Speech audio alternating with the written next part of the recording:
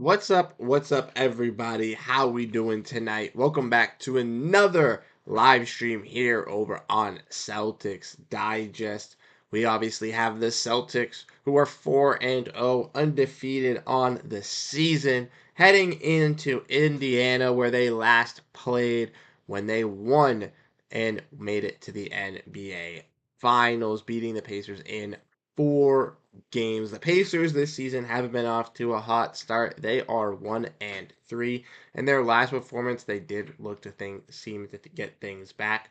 Tyrese Halliburton did have a better game, but the Pacers have had some issues here in this season so far early on, and they're going into a Boston team that is already off to a hot start. So the Celtics will look to keep that 5-0 start this season, keep that push alive, while the Pacers will look to get some revenge from last year's Eastern Conference Finals. We do have some news ahead of the game that we did not broadcast before the start that I do want to let you all know. Sam Hauser for the Boston Celtics, who has been out the previous 3 games, versus the Wizards, the Pistons, and the Bucks, is finally back versus the Boston for the Boston Celtics versus the Pacers tonight, and that is huge for the Boston Celtics as they have their 3-and-D sharpshooting wing back on this bench unit, and it also just goes to show that maybe we should not overreact over this lower back injury for Sam Hauser,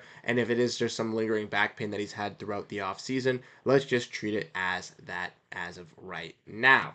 Also, for news on the Pacers, Miles Turner is out for the game tonight for their squad. So the Celtics will have a little bit of an easier time going at the interior presence of the Pacers, as they'll be probably utilizing Isaiah Jackson more in this lineup, as obviously James Wiseman is also going down for them with an Achilles injury on opening night for the Pacers.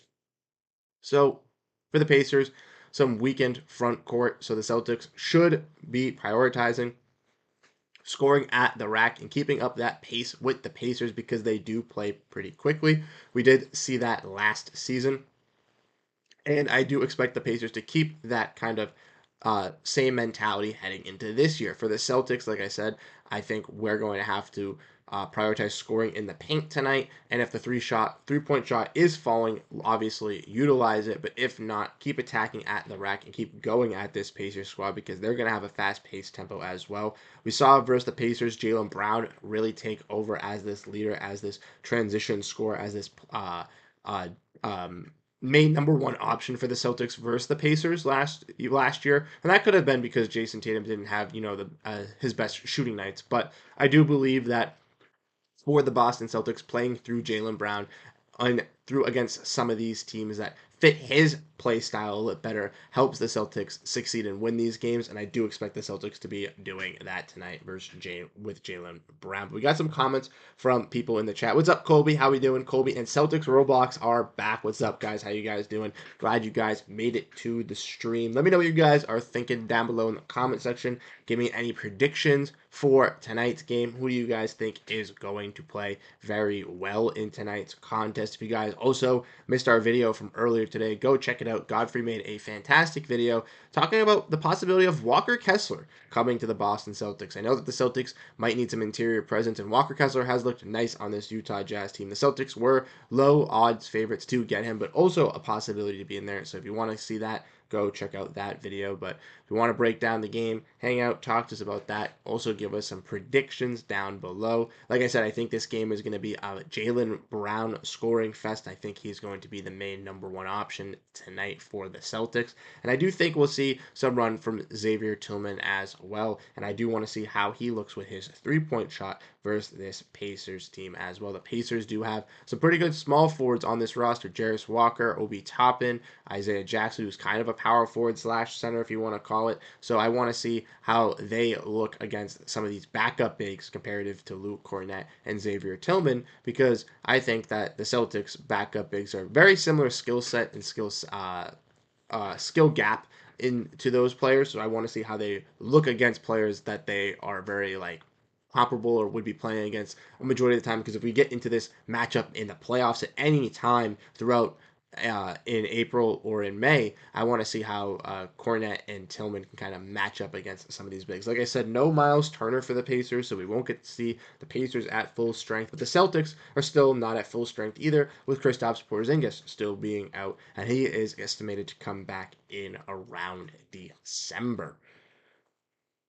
Celtics Roblox saying Celtics 136, Pacers 124. A high scoring game from Celtics Roblox here, and something that I can see happening as well.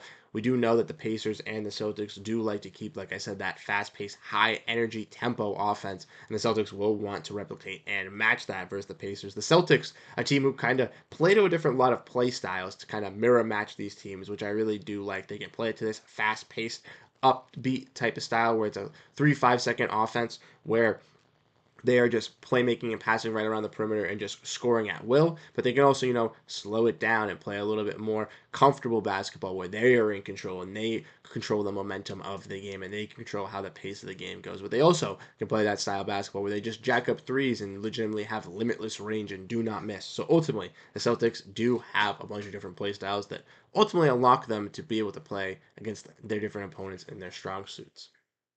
Rogers here as well. Roger Swanigan saying Celtics will win. I agree, Roger. I think the Celtics are going to win as well. I'm feeling very confident in this team tonight. Kind of going into this season, I thought that this Pacers game was a little bit of a question mark. If the Pacers had, a little bit of a better record, maybe at 2-2 or 3-1, maybe I would be a little bit more worrisome going into this game. But since the Pacers have had a little bit of a rocky start, I think that the Celtics are going to be able to come out here, and we've seen the Celtics be calm and composed in these contests. Versus the Bucks, they were in a little bit of a tough spot in the first half, but in the second half, they clearly woke up and took care of their business. And I do believe that versus this Pacers team, they will wake up and take care of their business on either one of the halves. The way the Pacers played us last year in the regular season, I think they'll make it close. That's what I'm saying, Celtics Roblox. I think it will be a good game, and that's what I'm excited to see as well. The Celtics are kind of getting into some good contests. Like we said, they just had a game versus the Pistons, which maybe not a lot of us thought was going to be that exciting, but it was a very good game on Saturday. Then we had the game on Monday where they played the Bucks, which was very, very close and for the first half until Jaylen Brown decided to awake and take over for the Boston Celtics. And then now the Celtics have the Pacers tonight, and then they have the Hornets back to back Friday and Saturday versus their old assistant head coach and Charles Lee. So I think that's going to be a good game to watch. Hornets are a young, enticing team to kind of keep an eye on. Obviously, Charles Lee knows the Boston Celtics because he just came from their coaching staff, so he knows their intangibles. He knows how those players type kind of play. So it'll be cool to see how he matches up against the Celtics team and how he looks in with his squad versus ours. But we'll get into the injury report. Like I mentioned, Kristaps Porzingis, the only person on for the Celtics, and for the Pacers, they have Miles Turner with an ankle injury, and they have James Wiseman with an Achilles injury.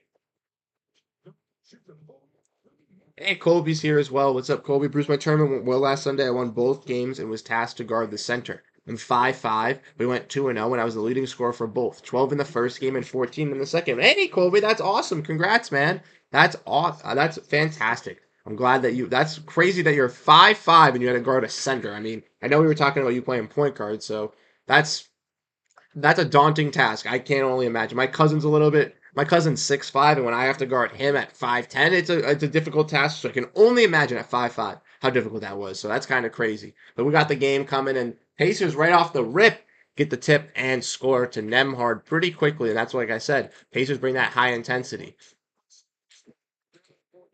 Now the game has kind of tipped off for the Celtics here. White with possession, passing it down low to Drew Holiday off the glass. Little too hard, and it goes off Isaiah Jackson with a good contest. And now here come the Pacers driving, pass down to Siakam off the front rim, and the ball falls off at Tatum's hands and rolls to the Pacers. Pacers now kick out Siakam for three. Misses. Tatum comes crashing in for the rebound. Tatum been dominating the boards recently these last couple of games with the Porzingis out, and that's something that I really like to see because it's something that I predicted. Now Brown with Jackson on him for three. Isolation. Rolls right out. Rebound for the Pacers. I was at the 155-104 game Celtics Roblox. That one was awesome last season. It was because they didn't have Tyrese Halliburton, obviously, and it was an early Pacers team that didn't really click together. Pacers, though, missing right there underneath the basket. Horford with a good contest. And now Celtics in position here. Good ball movement around the perimeter. Looking down at Jaylen Brown, bad pass baseline, and we're going to get a foul. That was a miscommunication there. Jaylen Brown looking like he got fouled, and he did get grabbed, wanting a call there, complaining to the refs. But the refs not hearing it for the Celtics with these calls these last couple games. As we saw with the Bucks at home, they dominated on the free throw category compared to the Celtics team. So we'll have to see how the Celtics get officiated tonight.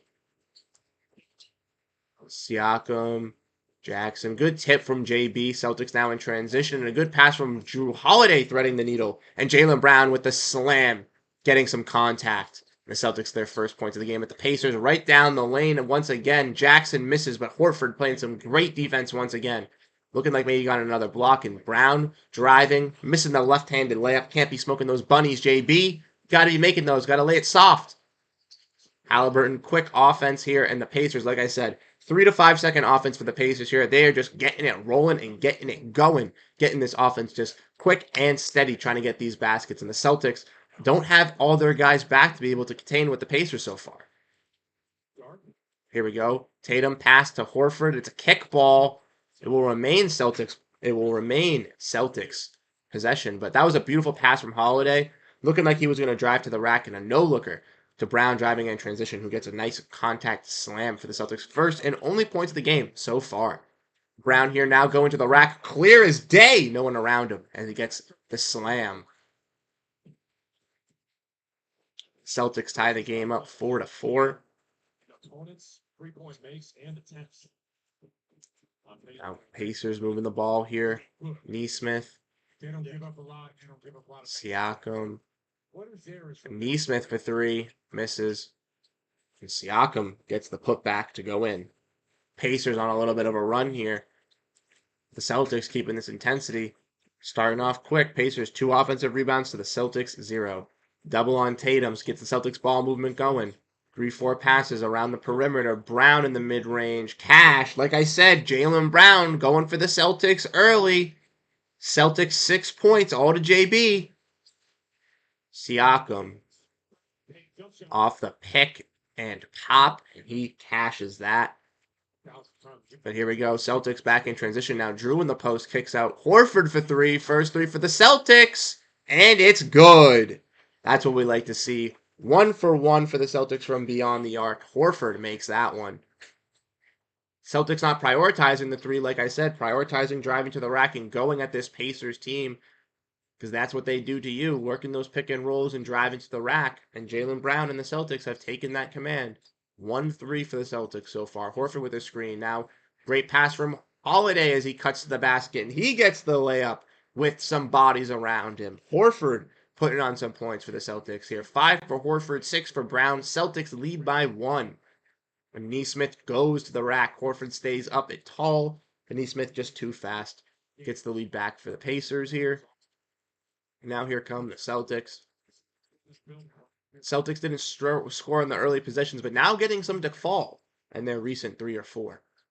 Here we go. Some ball movement. Great. Brown now driving and gets the layup to fall. Jaylen Brown's having himself a quarter tonight, ladies and gentlemen.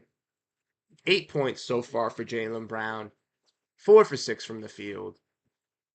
Now Jackson on Derek White, getting him to jump, and he's going to foul. Fortunate for the Celtics here. A little bit of a mismatch for Derek White. Still tries to hold his own on the defensive end. But Jaylen Brown here, getting by Siakam, going at the rack. And that's what I said. With no Miles Turner here for the Pacers, the Celtics need to prioritize scoring at that rack with Isaiah Jackson being in the starting lineup. And the Celtics have abused that and have used that to their power. Celtics have scored all of their points in the paint besides 1-3, where they're 100% from three-point range. But 5 of their 6 shots that have gone in have been in the paint. Wow. We have sports scientists. Why don't they discuss injuries?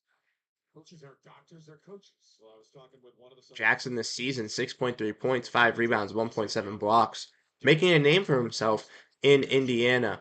Kind of jet lagged into that front court room, but with Turner out, maybe he can make a name for himself to earn himself a legitimate spot in this rotation, or even a legitimate spot in the NBA on another team. Tatum getting the pass, and now Tatum grabbing his face. Pacers now transition, and Isaiah Jackson Whoa, with authority slamming it on Drew Holiday. Damn, but Tatum looking shooken up, hitting in the face there, going to the rack. Head is down. Seems to be out of the play here. And the Celtics are going to have to take a timeout. Jason Tatum looking a little shooken up here. Maybe got hit in the face, hitting the neck area. That's where he's touching himself.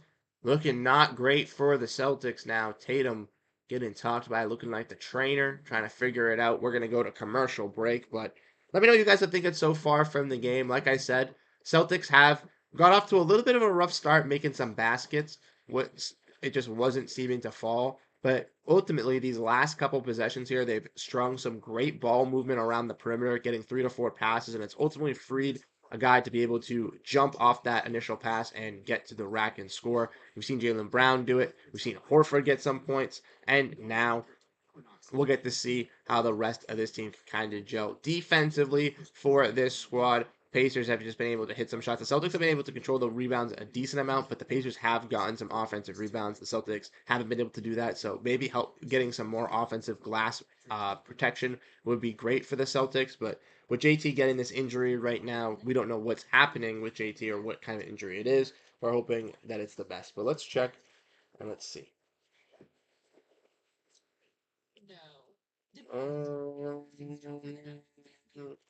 I'm looking to see if we have anything on Tatum.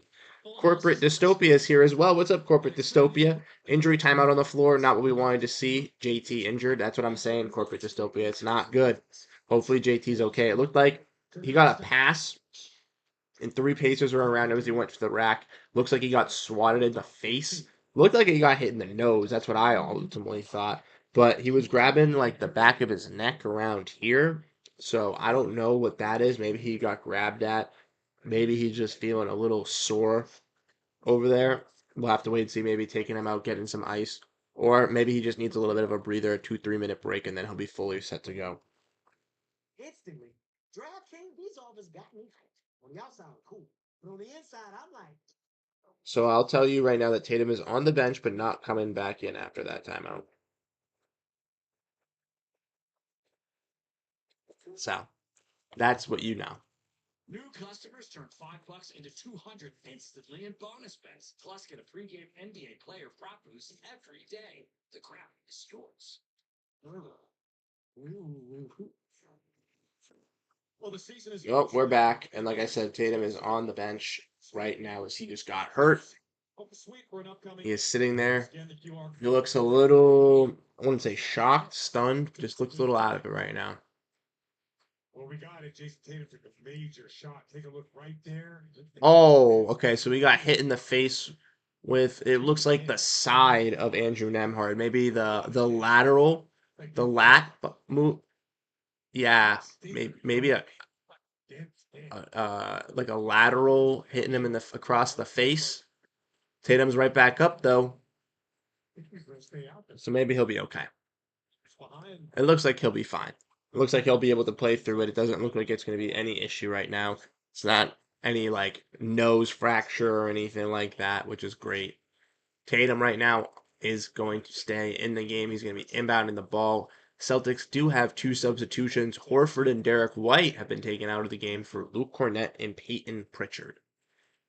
Peyton Pritchard last game, 29 points, was the man of the hour versus the Milwaukee Bucks. Tied a record for the Boston Celtics of 8 threes off the bench, with tying it of Eddie House, and broke a Celtics record with 3 straight games of at least 5 3-pointers off the bench. No other Celtic had done that in history. So congratulations to Peyton Pritchard on cementing himself further into Celtics history, which he deserves.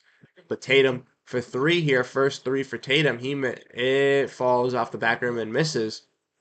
And Toppin gets the rebound there. Celtics, like I said, haven't been able to get any offensive rebounds. Now Mathurin in here for the Pacers, going to throw a lob to Jackson. Jackson gets his rebound and puts it up, and Jackson is just that energy force for this Pacers team that they need on the glass. The Celtics have not been able to control it. Cornette setting the screen for Tatum. Now Cornette, good ball movement. Pritchard fakes the 3.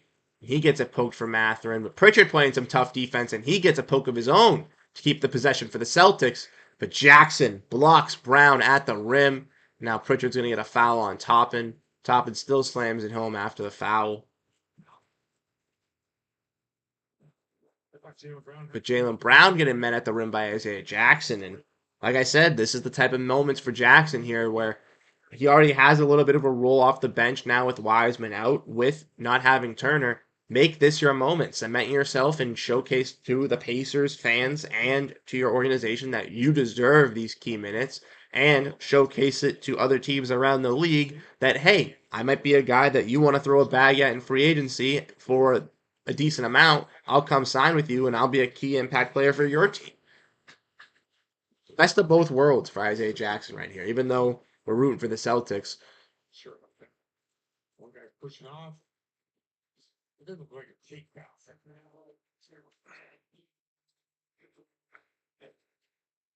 Here we go. Pacers ball. After a little bit of a miscommunication right there. Halliburton three. Misses it. McConnell fighting for the board. Toppin's going to get it. Celtics get the second chance as Cornette corrals it. But here we go. Celtics got to do a better job of containing Toppin and Jackson off the glass here. Tatum now. Celtics getting their ball movement into swing. And Holiday goes for the layup. It's not going to fall. Cornette's going to get it back, and he's going to get fouled. And Celtics getting their first offensive rebound of the night. I forgot to mention as well that Sam Hauser has checked into the game. Sam Hauser, like I mentioned, is back after missing 3 games with a lower back soreness. Not a major injury or anything like that, but something to keep your eyes on. What's up, T Snizzle? How we doing? He says he's alive, guys. I'll check in later. No worries, T Snizzle. Glad to see that you're here.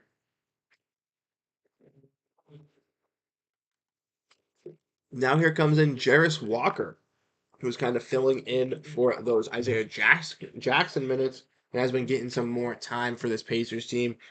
Drafted, I think 2 seasons ago from the Pacers. He's a young player that I liked coming out of Houston. We'll have to see how he looks with this squad. And Luke Cornette, like you said, Celtics Roblox does have ice in his veins because he had both of those free throws. Pritchard gets the tip on the McConnell defense. McConnell pass. What are you guys thinking about the other games around the league, too? How are you guys feeling about the rest of the NBA? Anybody scare you for the Celtics? But here come McConnell driving. Tough defense from Pritchard. Celtics good box out, and they will keep possession there. The Cavs are looking pretty solid. Here comes the Celtics looking to work. Pacers giving a little bit of a press, but that 1-2 action from Hauser and Pritchard, they know what to do to get the ball up the court. Now Tatum driving. Oh, Tatum trying to go for a slam there, getting up quickly.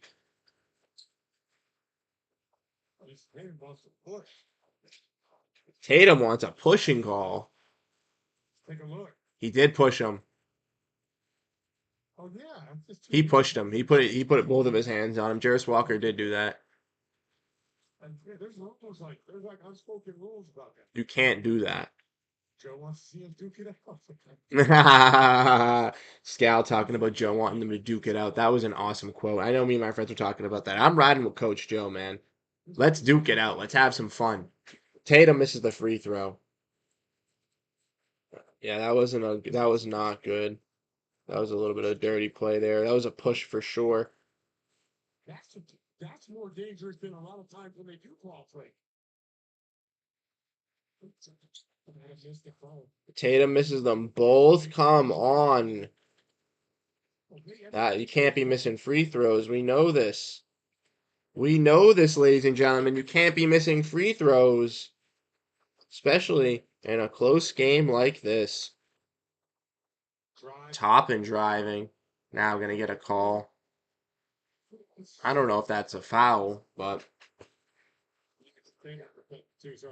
I don't know if that was a foul or not, but I don't know if it was Neesmith or not. I did not see who it is, but if it was, he just is a very aggressive player, I think, Celtics Roblox.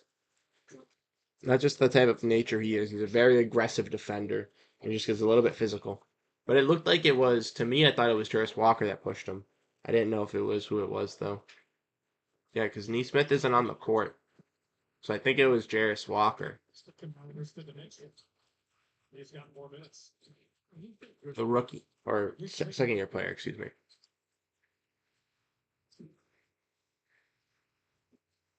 Got drafted 7th overall last year. Tatum in the post on McConnell. Hits the mid range, gives the Celtics some baskets. Tatum's first points of the night for the Celtics here. Celtics 50% from the field, Pacers 50% from the field as well. But the Pacers 3 more shot opportunities, which has gifted them 6 more points and given them the lead. Good defense from Tatum there. Halliburton looks to pass out to McConnell. He gets the swipe. And now the Pacers will have another opportunity here.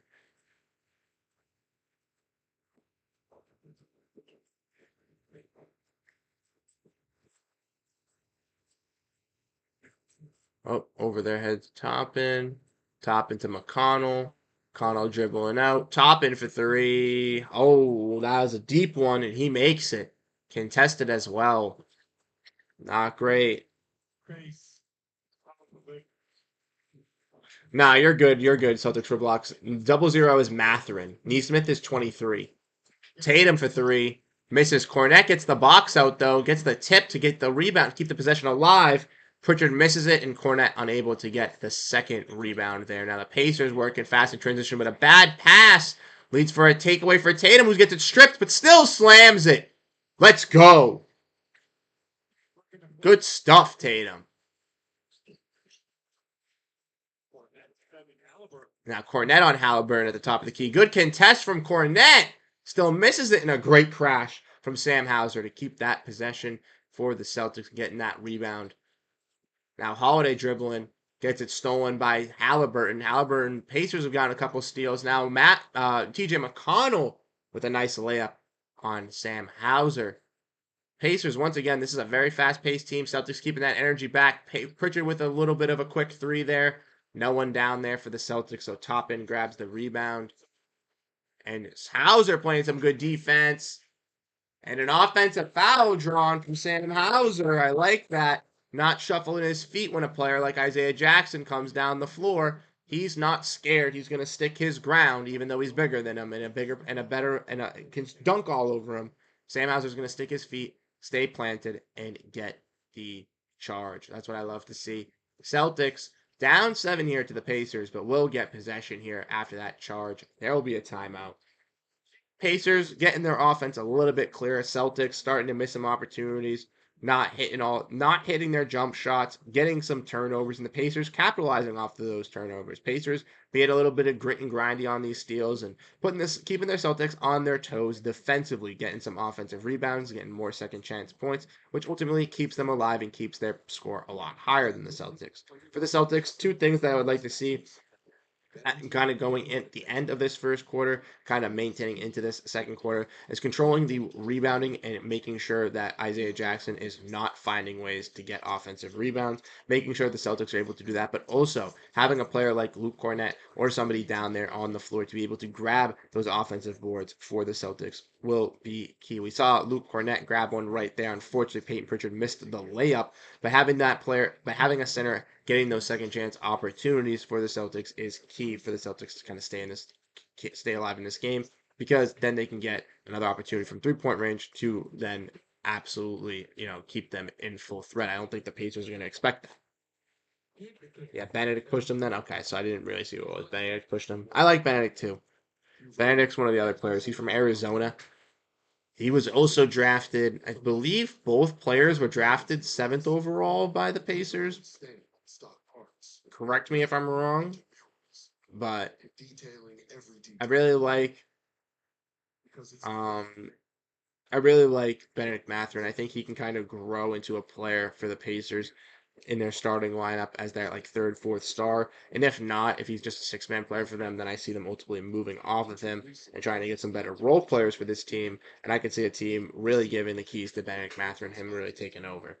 What happened to the driving kick? What are we doing taking it to 2 defenders? So right now, they're just versus a Pacers team The driving kick isn't necessarily as effective. They have some lanky defenders that they'll be able to steal the ball. So versus a Pacers team, they want to keep that tempo up and kind of start going at them. It's similar to what we saw throughout the playoffs and something that a lot of teams use to combat against the Pacers because it's their type of play style as well. And they're a little bit weak inside and in the interior because they don't have Miles Turner. Yeah, they have Isaiah Jackson, who's a pretty good shot blocker as well, but he's a little inexperienced, a little bit younger. So if the Celtics can capitalize on getting by him and scoring him on him a little bit easier, even if they have a chance of blocking his shot, I think they would rather depend on that.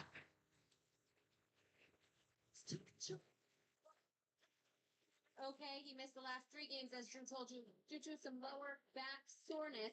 I'm not really sure how much help the Celtics need already disrupting the three-pointer across the NBA, but they get back Bobby arguably Chin talking about Sam Hauser, who arguably is one of the better 3-and-D wings in the league, one of the best, better bench players in the NBA. He gets disrespected because he's on a Celtics team that is very deep already.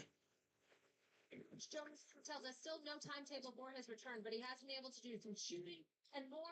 Great pass from Tatum right there. And Derek White goes to it. Walker gets the block, but we're going to get a foul. Celtics now will be going to the line. Derek White will be shooting two for the Celtics. But there we go. Once again, like I said, trying to go downhill on this team, trying to get by them on these pick and rolls.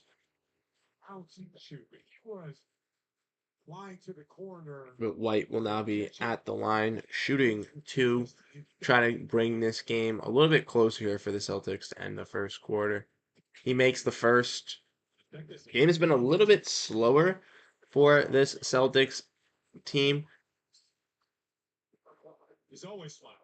KP getting some warm ups, looking like jogging around versus this Pacers team, dribbling the ball as we're watching. So good to see KP jogging around on the court, dribbling. Like we said, estimated return for him is December. Wouldn't be shocked if it is prolonged to maybe even January just to ensure his health. But that is something to keep an eye on. December/January for Kristaps' return. So a little over a month to go before we see Kristaps, but month to two into the season left. Next, we'll have our roster ready to go. Here we go. Celtics getting the board right there, and Derek White going on three Pacers and scoring on them. And now the Celtics only down by 3. The Pacers keeping up this tempo. McConnell, no one on him in the mid range, and he hits that jumper pretty easily. Celtics, like I said, a little less than 50% now, 9 for 20 from the field. Pacers right around 50%, 11 from 21. White for 3-point range, misses that one. Cornette gets the tip to try to keep it alive, but he tips it out of bounds. So it will be Pacers ball here. Neesmith is now checking in, playing some defense, going to help out this squad. They'll start to creep out to that line. You might just get like a simple turnaround once you get 2 feet in the paint. Pritchard getting McConnell and Tatum is on that. Picking him up on the back corner. Pacers do this against Siakam passing it to McConnell. Now McConnell for 3. Air ball. Uh-oh. That was not good, TJ McConnell. That's not what you do, brother. You don't be doing that.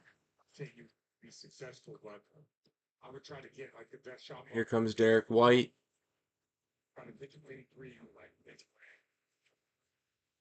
Tatum to Hauser. Hauser passing it to Cornette. Cornette gets fouled while shooting, and now he'll be going to the line for the Celtics. Like Celtics Roblox said, he was money from the free throw last time. Let's see how he looks at his second attempt. But yeah, a little bit of a lob attempt there for Cornette. Maybe a little bit late, but he still catches it from Hauser and still is able to get these points up for the Celtics. Cornette makes the first. Right now, this group at this early in the season, they're making elite decisions. They're reading the help, they're reading the die, doing all that. And that's ultimately how they open up all those. And Cornette makes the second. Nice job for Cornette so far.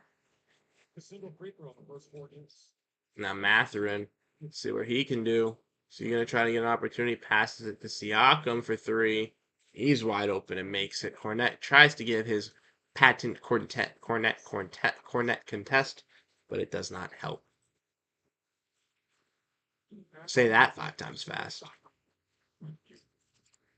Tatum for 3. Misses that one. Cornet trying to keep the possession alive. Celtics, like I said, trying to keep these offensive rebounds, but just not seemingly happens. And Neesmith driving and scoring. Celtics. You got a shot clock error or something? And boy, all over it. 1/10 of the second off. That Malloy's thinking that's going to be the difference between Peyton Pritchard making a buzzer beater or not getting it on.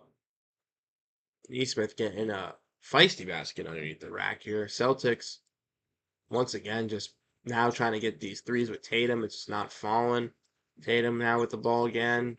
Trying to get by Neesmith. Sidestep. Going for another 3. Misses that one. Cornet somehow gets the rebound. Tatum another 3. There we go. That one he's fallen back and he makes, but it's what we like to see for the Celtics. Good steal from the Celtics there on some good defense. Mathurin losing possession. Hauser coming away with it. Celtics looking like they might get the last shot opportunity here. Tatum holding the ball at the top. Neesmith coming to guard him. Tatum wants an ISO though. Cornet's going to come give him a screen. Now he's getting Siakam on the switch. Siakam, 3 for Tatum in his grill. Misses. Mathurin gets the rebound. Toppin. And he gets it to go. But half court. White. Shot clock. Hey! It's not just Peyton Pritchard. Derek White can hit the buzzer beaters too. Let's go.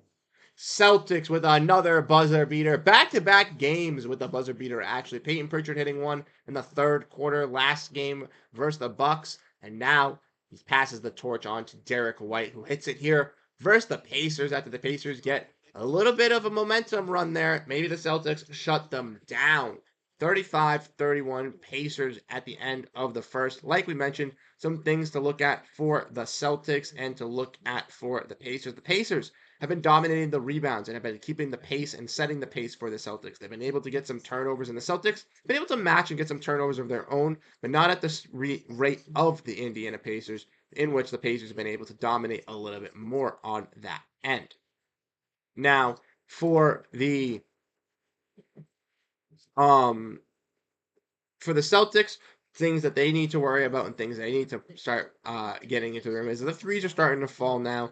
So maybe getting into the mix of the game, while also prioritizing going downhill against this Pacers squad is something we could see. We saw Jaylen Brown rest for the end of that kind of first quarter, so maybe see some more actions for Jaylen Brown when he comes back in this second quarter. It's kind of going back to that same style play that they were running with him in the first couple of minutes, where he was clearly dominating. For the Celtics as well, they've been able to get some steals of their own to get some turnovers, but working on handling the ball a little bit better versus this Pacers squad, and also working on the rebounds. We saw with the insertion of Luke Cornet after that timeout around 4 minutes, the Celtics were able to get some more offensive rebounds and keep those pressures alive. Sometimes Cornet would tip it out or tip it to another teammate, but Cornet was keeping those pressures alive, and I do expect to see Luke Cornet on that offensive glass and to be down there when the Celtics are taking those 3-point shots, to be able to just get a hand on there to keep the possession alive. Because if he keeps that possession alive for the Boston Celtics, then that is key for them getting a second chance opportunity, in which the Pacers were getting a lot in the first quarter, which gave them this lead early on. If the Celtics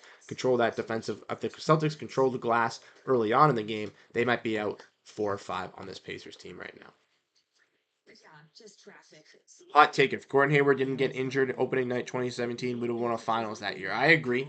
Celtics Roblox. Unfortunately, I didn't get to see that game. I was very devastated, but I was at work back in high school. I used to work at Target, and I was working that night, and I remember having it on my phone, like in my pocket, like checking the score.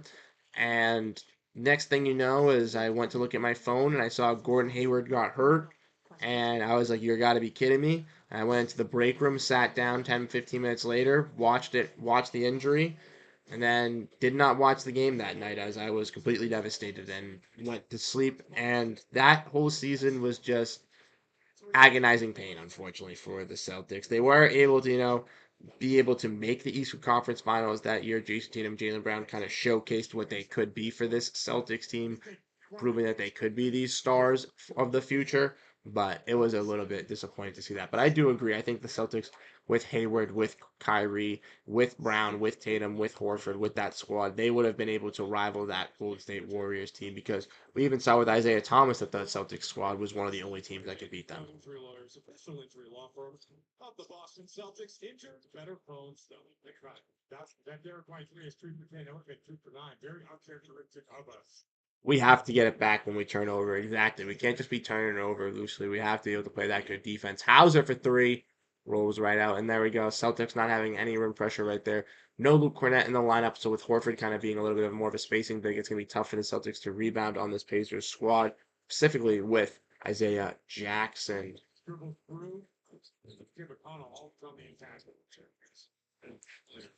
What's up, Daniel? How you doing? What was my prediction the other day I was dead on? I don't remember your prediction, but if it was 100% as what the game prediction was, I'll give you credit. If you can pull it up, that would be crazy. I know that if you look at the old VODs, you can definitely see it. I can check after this game. But Siakam with a 3 now, shooting a gunshot after hitting that one. Here come the Celtics looking for a 3 of their own. Horford. Boom! Horford, 2 for 2 from 3-point range tonight. Let's go, Horf. Showing his skill sets here for the Celtics. We know Horf can turn up for 5-6 sometimes. Celtics, one of the better 3-point shooting teams last season, keeping that identity still this season. Mathurin trying to get a basket, but it is going to be a charge for the Pacers there as Pritchard gets the blocking foul. Pritchard and Hauser getting a collection of blocking fouls there. He elbowed Pritchard. Maybe didn't really elbow him significantly. 2000 Mathurin, 2 on Jarris Walker. Off by 1 point. Damn, that's awful. But I mean, hey, that's pretty close. I think that's the closest that anyone's gotten on our predictions, Daniel. So we've seen a lot lately. Brown mid-range misses it. Jackson grabs the rebound. That's what I think so too, Daniel. I predicted that this would be the Celtics' first loss. Now, when they started off 1-3, I thought the Celtics would be able to win this game, but maybe with no Miles Turner. But with how the looks of it tonight, it is going to be a nail biter, and it is going to be a gauntlet in this matchup. T.J. McConnell scoring at the basket for the Pacers there. The Pacers get into a little bit of a lead here, taking command on the Celtics, 42-34. Just give me a second. I'm going to cough real quick.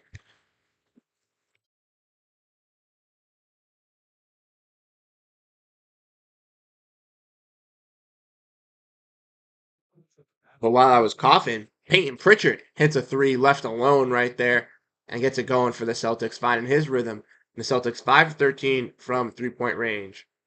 I'll check it after this game, Daniel. I'll go look and check. I'll make sure. But Hauser going to get the tip to keep the possession alive, but tips it right to Mathurin, unfortunately. Trying to get the defensive rebound. He does not. You got to come down with those ones. Tip the offensive, come down with the defensive. But I like the attempt from Hauser. Like I said, Celtics getting out rebounded here, 17-11. Pritchard, good ball movement, finding Hauser wide open in the corner. He misses that one, but it was a great look. Now Mathurin blocked by Brown, trying to go reverse layup. Transition. And Brown, now beautiful pass to Hauser, who gets the clear lane and slams it home. Brown working that defense.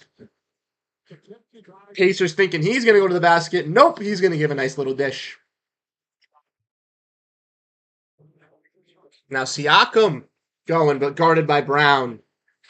And the Celtics getting another rebound here. Celtics getting a little bit of rhythm. Pritchard for 3. Yes, sir! And you're going to need a timeout, Mr. Rick Carlisle. That is right. Celtics getting a little bit of a momentum run here in the second quarter as they come alive, playing some great offense and defense from Jaylen Brown. Jaylen Brown really working this Celtics unit, like I was saying early on in this game. He really matches this Pacers play style. So having him be this focal versus Pacers team, having Jaylen Brown and Jason Tatum play separate is very, very solid. And I like how they've been doing it with these type of lineups. Having Jaylen Brown being in command with one set lineup here, mainly with Al Horford, really as he can have Horford be a spacer and three-point shooter as Jaylen Brown is driving and passing out to other players like Pritchard and Sam Hauser out on the arc. It's allowed the Celtics to kind of create some rhythm and get those driving kicks into motion, but also allows Jaylen Brown to also, if they want to prioritize that, him able to go to the rack and score. We just saw Jaylen Brown do some fantastic work there, drawing all the Indiana Pacers uh, warrants on the offensive side, and then he passes it right there for Sam Hauser to get an easy dunk. That's what I want to see out of this Boston Celtics team, and that's what I'm really liking to see. We've also seen Jason Tatum being featured in a secondary lineup with other players like Luke Cornett for so tonight, and mainly Derek White, where they're prioritizing a three-point lineup where Luke Cornett is grabbing those rebounds and keeping those possessions alive and keeping them living with this Celtics squad. I'm liking what Joe Mazzulla is doing with the lineup tonight, and something to keep an eye out with this Celtics team. Maybe not with just the Pacers, but with other teams that have either similar skill sets with the Pacers or other teams that are top-notch teams in the Eastern Conference. Because Joe Mazzulla might want to stagger his star players in these lineups to guarantee the best effect. And I really, really am liking what Joe is doing. But like Celtics Roblox said, it's a 2-point game. We're almost here. Here we go, says Daniel. Let's go, baby. I've been following the World Series of Celtics Roblox. If you want to say following the World Series by knowing the score and who's in it, yes, I know that the Yankees won last night. They kept their series alive, and they did not get swept. But if you ask me if I've watched a minute of the World Series, I would say I have not watched a single minute. I know Freddie Freeman has been hitting some bombs, but as a Red Sox fan and being very, very disgruntled from how the front office handles things, I am not paying attention for baseball right now. It's the Yankees, it's the Dodgers, two teams that I'm not the biggest fans of, as we all know, as we're Red Sox fans. We don't really like New York. We're not the biggest fans of LA, the two other biggest cities. So it's a little bit of a bummer to watch either of those teams kind of win. And to be honest, I want the Dodgers to win because I'd rather see the Yankees lose. But I do have friends that are Yankees fans, and I do feel bad for them. But like you said, Celtics Roblox, like exactly as you put it. It's annoying as I hate both teams, but as long as the Yankees lose, oh well, that's how I kind of feel as well. I just want to see the Yankees lose. That's just kind of that's how I'm kind of feeling as a Celtics fan. But I know that uh, since we do live in New England and the Celtics are New England's team, we do have some people from Connecticut and stuff that are Yankees fans. So for those people, I'm sorry if you are a Yankees fan and this is what you have to deal with. Yes, it is, Colby. I have a feeling so as well. It is going to be a gut punch game tonight. It is going to be a back and forth nail biter. And that's what we want to see, though, as Celtics fans. I think these are kind of the best games. With Milwaukee, we got some actual action. With the Pistons, it was a little bit of a blowout. With the Wizards, it was a bit of a blowout. With the Knicks, it was a little bit of a blowout. I want to see these games close and comparable for a majority of it. Even if the Celtics do pull away at the end, I do want to see it. Timing was perfect on those two plays. Ben Shepherd is into the box score for Indy. Ben Shepherd is in the game for Indy. Brown, good pass out to Derek White, finding it, and he hits the three. Celtics getting this 3-point ball moving, and it is grooving, ladies and gentlemen. Matherin now passing to McConnell. Walsh is also getting some early minutes as well for the Celtics. He's earning a big-time role. And Jaylen Brown with a big-time block at the rack. You are not scoring. Celtics lose the ball in transition there, and now Matherin's getting an easy slam because it's freaking cherry pick. But good block by JB at the rim. Unfortunate turnover there for the Celtics. Yeah, they are another level of crap. They're not that great. But what's up, Charles? How you doing? Glad to see you're here. You're saying we need some more athleticism at center. I would say so. I think Nemi can kind of be that athletic center if he's given the opportunity, if he can grow. But can he showcase those skills? We'll have to wait and see. It's more of a test and kind of see type thing with the Celtics. If not, maybe you do move to get a better athletic center. But with KP coming back, maybe halfway through the season, do we need the athletic center or do we just need it for the first half? Those are the question marks you kind of have to ask. I wouldn't mind getting another athletic center, but I'd rather kind of see what we have with Nemi. Haven't really seen much, and if it is, not the case that Nemi can be coming back, I say there's nothing we should really move. Maybe getting some more help at the wing, but I don't even think so with Walsh's emergence because even though Jordan Walsh just got a foul there on Benedict Mathurin in his debut or really big time. Yeah, I think it was maybe not his debut, but his big time showing versus the Bucks with his first real regular season minutes. He showcased to the Celtics that he can do all the little things and be a hard-nosed defender for Joe Mazzulla, which is all Joe Mazzulla is going to ask for out of him, and all Celtics fans are going to want out of him. And I truly think he's going to become a fan favorite once he really truly integrates himself into this system, into this team. If he finds himself in that O'Shea Brissett role, but even getting more minutes than O'Shea Brissett last season, finding himself 5 to 10 minutes a night, that is going to be critical, not only for Jordan Walsh's development, not only critical for the Boston Celtics in excelling, but also for just the fan base as well. Pacers, though, Matherin makes the free throws. Pacers up 5, 6 minutes and 47 left to go. A little bit of even distribution from the free throw mark. We've had 15 free throws generated, 7 for the Pacers, 8 for the Celtics, and Brown gets blocked once again by Nesmith. Celtics will keep possession, but golly, Jaylen Brown has been given blocks out himself, but has been only receiving the blocks as well. Getting blocked right there, getting blocked by Isaiah Jackson. Celtics passing it around. Pritchard sidestep three. That one's deep. Good. Oh, same team, boys. Same team. But Horford and Walsh both going for the rebounds, and that's what I'm liking to see. Walsh being thrown in here to be this aggressive offensive rebounder to kind of combat against Isaiah Jackson. But Matherin splashes the three and bringing some juice for this Pacers building. 7-0 run for the Pacers here. Celtics need to kind of get back into this. We're seeing Holiday, Cornette, and Tatum getting ready to check in, so maybe switching up this lineup. Celtics getting a little bit tired with this unit as they've been playing, like I said, two kind of split units tonight. And we are seeing Jaylen Brown kind of controlling one, Jason Tatum controlling another, Brown controlling this main unit here for the first 6 minutes. And like I said, we'll see some substitutions. Walsh also coming out and just getting a little bit of a stint here, bringing some high energy on the glass there. I really liked what I saw in that last possession where he tried to get those rebounds alongside Horford. If they both weren't there fighting for it, if it was they both realized they were on the same team, I think Walsh would have been able, or if Walsh was just there by themselves, they'd been able to come away with that rebound and put it up. Oh, you like Fight Reacts? No, I like Fight Reacts too. He's hilarious. And watching the Pats is even better because we all know like he's a bandwagon Pats fan. So it's even funnier because he's not from New England. So it's awesome. You don't think Nemi's ready? I don't think Nemi's ready either, but we haven't really showcased his skill set to see if he's fully ready. J, JB's still in the game though. Never mind. Tatum for three. JB getting the rebound and he loses the ball as he tips it out. Unfortunate. For 1 second, we're getting any shot we want. They're just analyzing this game. Little less than halfway to go here in the second quarter. Second quarter, breezing by a little bit quicker than the first here. Not as many stoppages, not as many timeouts. Pacers getting some ball movement. Luke getting a little bit of a block there with his hand. Now Shepard going at him, and he scores on Cornette. Shepard, a young scorer and shooter for this Pacers team. Another young piece that this squad has that really looks like he could make a name for himself off a bench unit someday. Holiday for three. Misses. Cornette with the rebound, though. And there's the foul. Luke Cornette been dominating the boards tonight, and this is what we love to see. Luke Cornette, a beast on the glass. Feasting and beasting on the boards, baby. Let's go. Right up. We'll get two out of it. Not doing too much, like we said.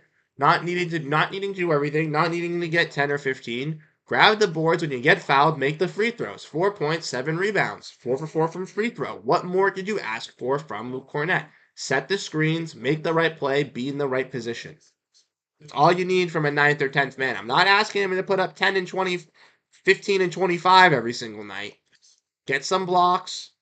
Hold your own. Protect the rim. Some nights he's going to look like a superstar. Most nights, if he can hold his own, like he's doing right now, controlling his tempo, playing the role specifically how Joe Mazzulla wants him to, that's all I want to see out of Luke. Fantastic game from him so far. Playing some good defense on Siakam at the three as well. Went over and helped out. Siakam drains the three, but nothing you can do if you're Luke. He went and helped. He stepped up. Didn't sag off and let him get a wide open three. Cornette with the screen here once again on Toppin, getting grabbed by Toppin. Tatum driving. Cornette trying to grab the board, unsuccessful. Now Halliburton, Pacers playing with this fast-paced offense once again. Halliburton wide open for three. Now ball movement. Shepherd for three. He misses. Brown with the board. Now Brown for three. Shepherd comes away with the rebound. They're going to call a foul on Cornette? What did he do? He didn't even do anything. Shepherd's got a cool mustache. I'll give him that.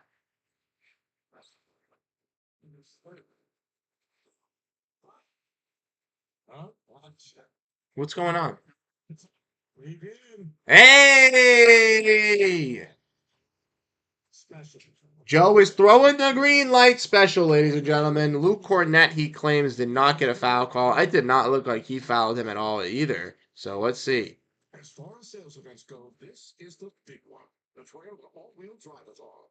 Toyota has 22 all-wheel drive or four-wheel drive models to help you safely take on New England winters. You could get a Tundra, the longest-lasting half-ton truck, with 1.99 financing on Tundra gas models. Plus, get 2 years. Luke has looked very good. This is the big one. The Toyota all-wheel drive bar. At your New England Toyota dealer, your all-wheel drive headquarters. Toyota, let's go places. At Jason Stone Injury Lawyers, we've been protecting injured New Englanders since 2004. This is our report. If you've been injured, give us a call. We'll bounce right into action. Better Phone Stone. It's the official injury law firm of the Boston Celtics. 800-540-4100. Mellow. Yeah. Yeah, I don't know what that was. I don't know what these calls were, Charles. I don't know what that was either, Daniel. That was absolutely atrocious. I'm hoping Joe wins that call because we deserve to win that call. I don't know what the hell's going on, but Celtics down double digits, or down double digits here. 47-58. Not looking that great. The Pacers are hitting their shots. Celtics defense just not holding their own. Pacers are just scoring at will. Celtics are just not keeping up the tempo, not keeping up the pace. Pacers are getting by them. Pacers are getting steals. Celtics are losing the ball. Tatum's not hitting his jump shots. It's just an unfortunate folding of events. And like we said, we know the Celtics team is good. We know they're dominant. We know they're probably the best team in. We know they're the best team in the East, if not the NBA. But they're going to have nights where they have off nights. They're going to have nights where they don't play the greatest. Yeah, we're down 11. Down 11. Not great, not great. But like we said, we still have another half to go. The Celtics were in a close battle versus the Bucks on Monday, and in the second half, awoke and arose with Jaylen Brown really taking that leap and magically were feasting in that second half. So let's see how they look in this second half. I expect Jaylen Brown to kind of come back. Jason Tatum maybe to hit some more jump shots. Maybe we'll see some emergence of Drew Holiday or Derek White. Derek White hit that 1 3-point shot, but we haven't really seen him done much offensively. And Drew Holiday, I haven't seen hit a shot as well tonight. Not a big fan of the Mathurin cherry pick. Yeah, it wasn't the greatest, but I mean, it was all, in all fairness, they got a steal and he was late on the transition because he had just gotten blocked. Must be 18 or older at time of entry. Oh. See official rules for details. We're scratching our heads over. This is the worst call ever. Exactly. That was an awful call. Shepherd grabbed his arm, throw it into him, fall down, throw the ball. He didn't even touch him. Challenge? Even if you want to say, all right, you know what? No foul, Indiana ball, you should be able to keep the challenge on that one. I don't understand how that's a foul on Luke Cornette. Okay, so it was an unsuccessful call. Yeah, I don't think it was a foul on Shepherd either. I can say, you know what? Siakam mid-range, misses. Celtics got to control the board. Halliburton tips it to the 4 Celtics around the basket. Now Tatum trying to get by Neesmith. Gets it blocked, but in the basket. Wants a foul call, not going to get it. Now Siakam, fast-paced Pacers coming down full throttle. Neesmith gets to go on Horford. Neesmith and this Pacers team just cutting to the basket and scoring endlessly. Like I said, this Pacers team is deep. 28 points for this team tonight. compared to the Celtics bench of 14, keeping this Pacers team in it. Good ball movement from the Celtics there. Brown for three, misses the opportunity. And Siakam grabs the rebound. Now the Pacers taking it in their transition quickly. Horford, good block on Neesmith, trying to give a little bit of a lob to Toppin. And Horford playing that a little, very great defensively. Knew when the pass was going to come, so played it anticipating the pass and guessed correctly when it was given. The ball on the run, drive to the basket. That's really got to keep the guy in front of you. Celtics 36% from the field tonight, just not getting any shots to fall, and defensively having some miscommunications against a Pacers team where their shots are just going. But Halliburton going to get a foul on Holiday in the post.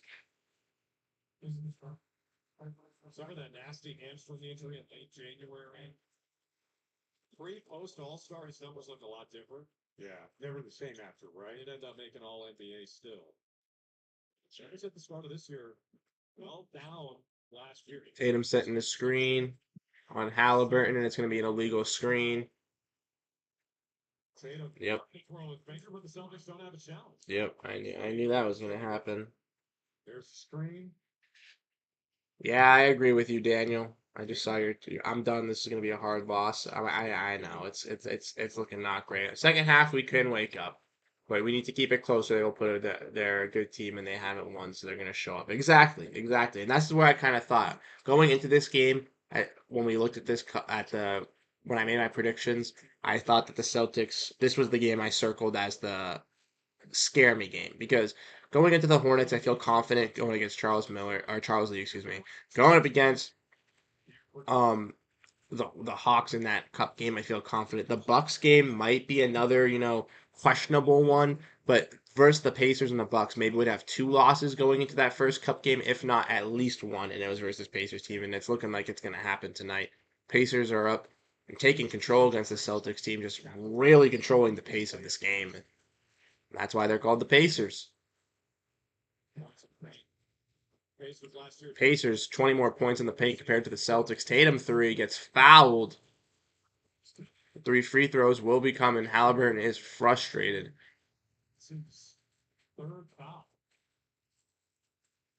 Halliburton with 3 fouls. He is very, very frustrated here. He does not think that was a call. His hand was on his elbow. Green light special. They're going to challenge it.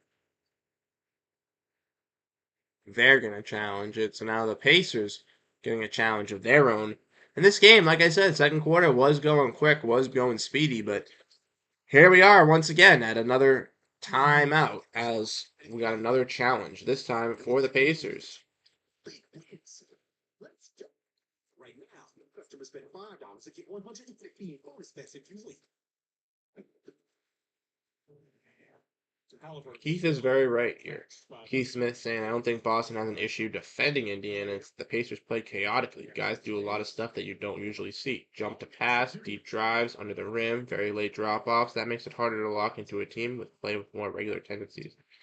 It's not wrong. But Halliburton's going to get a foul here on that three-point shot. So Tatum now will get his 3 free throws. You don't have to knock it off.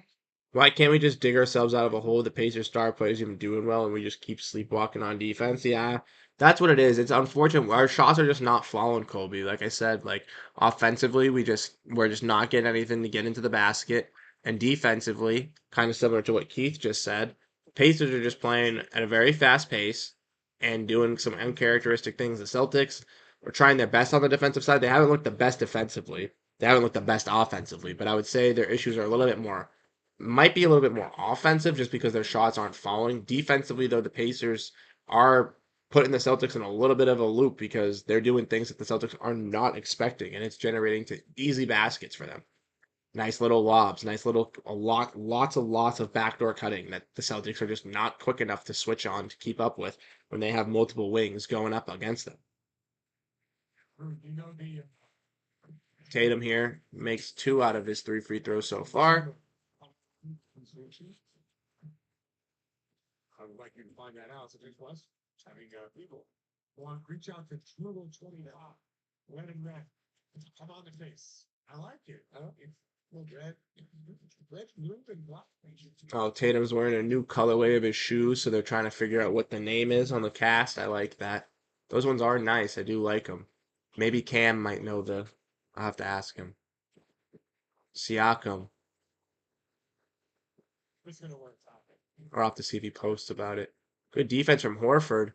Now Siakam gonna get fouled on the Celtics. Great play. That's just tough right there. Celtics getting a foul there, but the Indiana Pacers just bringing a lot of intensity and high energy, just passing the ball a couple of times, kind of driving around. Celtics Neesmith driving through both Horford and Derek White, both looking for a travel call. They're not going to get it, and he's going to get off the pass to Siakam, which then they all have to collapse all three of them on, and at least one of them's going to hit his arms. Maybe it's not a surprise. He's playing with some extra juice. Scott, he's lost 13 straight games against the Celtics. Siakam misses, and Horford does his little duck. If you know, you know. Horford had his little twitch right there. The ball was close to his head, but that was funny.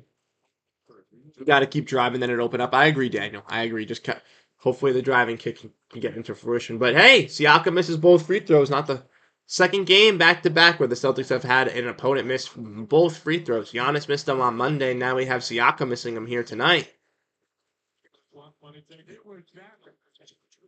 Here we go. Tatum driving now, passing out. Brown goes to the rack, and he gets it to fall. No foul, but Brown count it. Little stutter step inside. Gets to go. Now the Pacers here putting the ball around, moving it. Neesmith going up for it, but Horford giving a good contest. Another advantage being ahead, pushing the ball. By the time they're in their office, 22 on the clock, now you got to play pretty hard defense. Guarding that dribble. Celtics down 8 here. Neesmith for 3. He makes it in the corner. Now here comes Tatum. White with the screen. Tatum steps into it. He makes it. Okay. Tatum getting more comfortability now. Celtics matching that three-pointer from Neesmith. Tatum 5 for 12 from the field tonight, a little less than 50%. Halliburton off the glass, misses it. Got to control those boards, boys. Can't let Siakam get them. They are arguing this whole entire game. They are so frustrated. Jason Tatum is so mad. Take a look. Definitely off Siakam. That's definitely off of Siakam. But okay. Pacers ball. Siakam mid-range. Misses it at the free throw line. Tatum gets the rebound. Celtics clock winding down. Looking to get their final shot opportunity.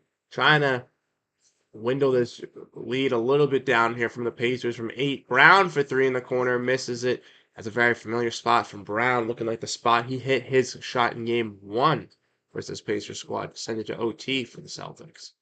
That was in TD, obviously. The Pacers here. Halliburton dribbling over White. He hits it.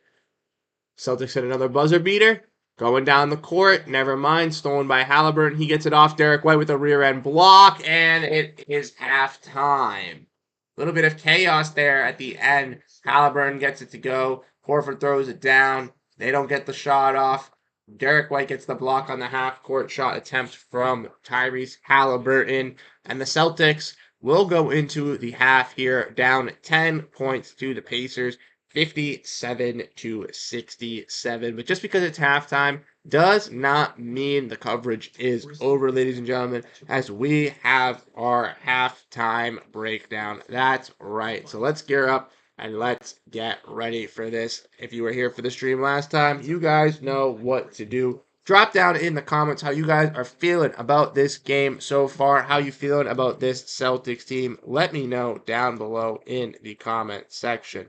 But like I said, we're going to look and we're going to break this down here for all of you guys. Looking at the box score, looking at the team score, so team stats. So let's get into it. From looking at the team stats, we can see that, like I said, for this Celtics team, they have been shooting atrociously in tonight's contest. Like I mentioned, down 10 to this Pacers squad, but shooting 37% from the field in tonight's contest compared to the Pacers' 52.9%.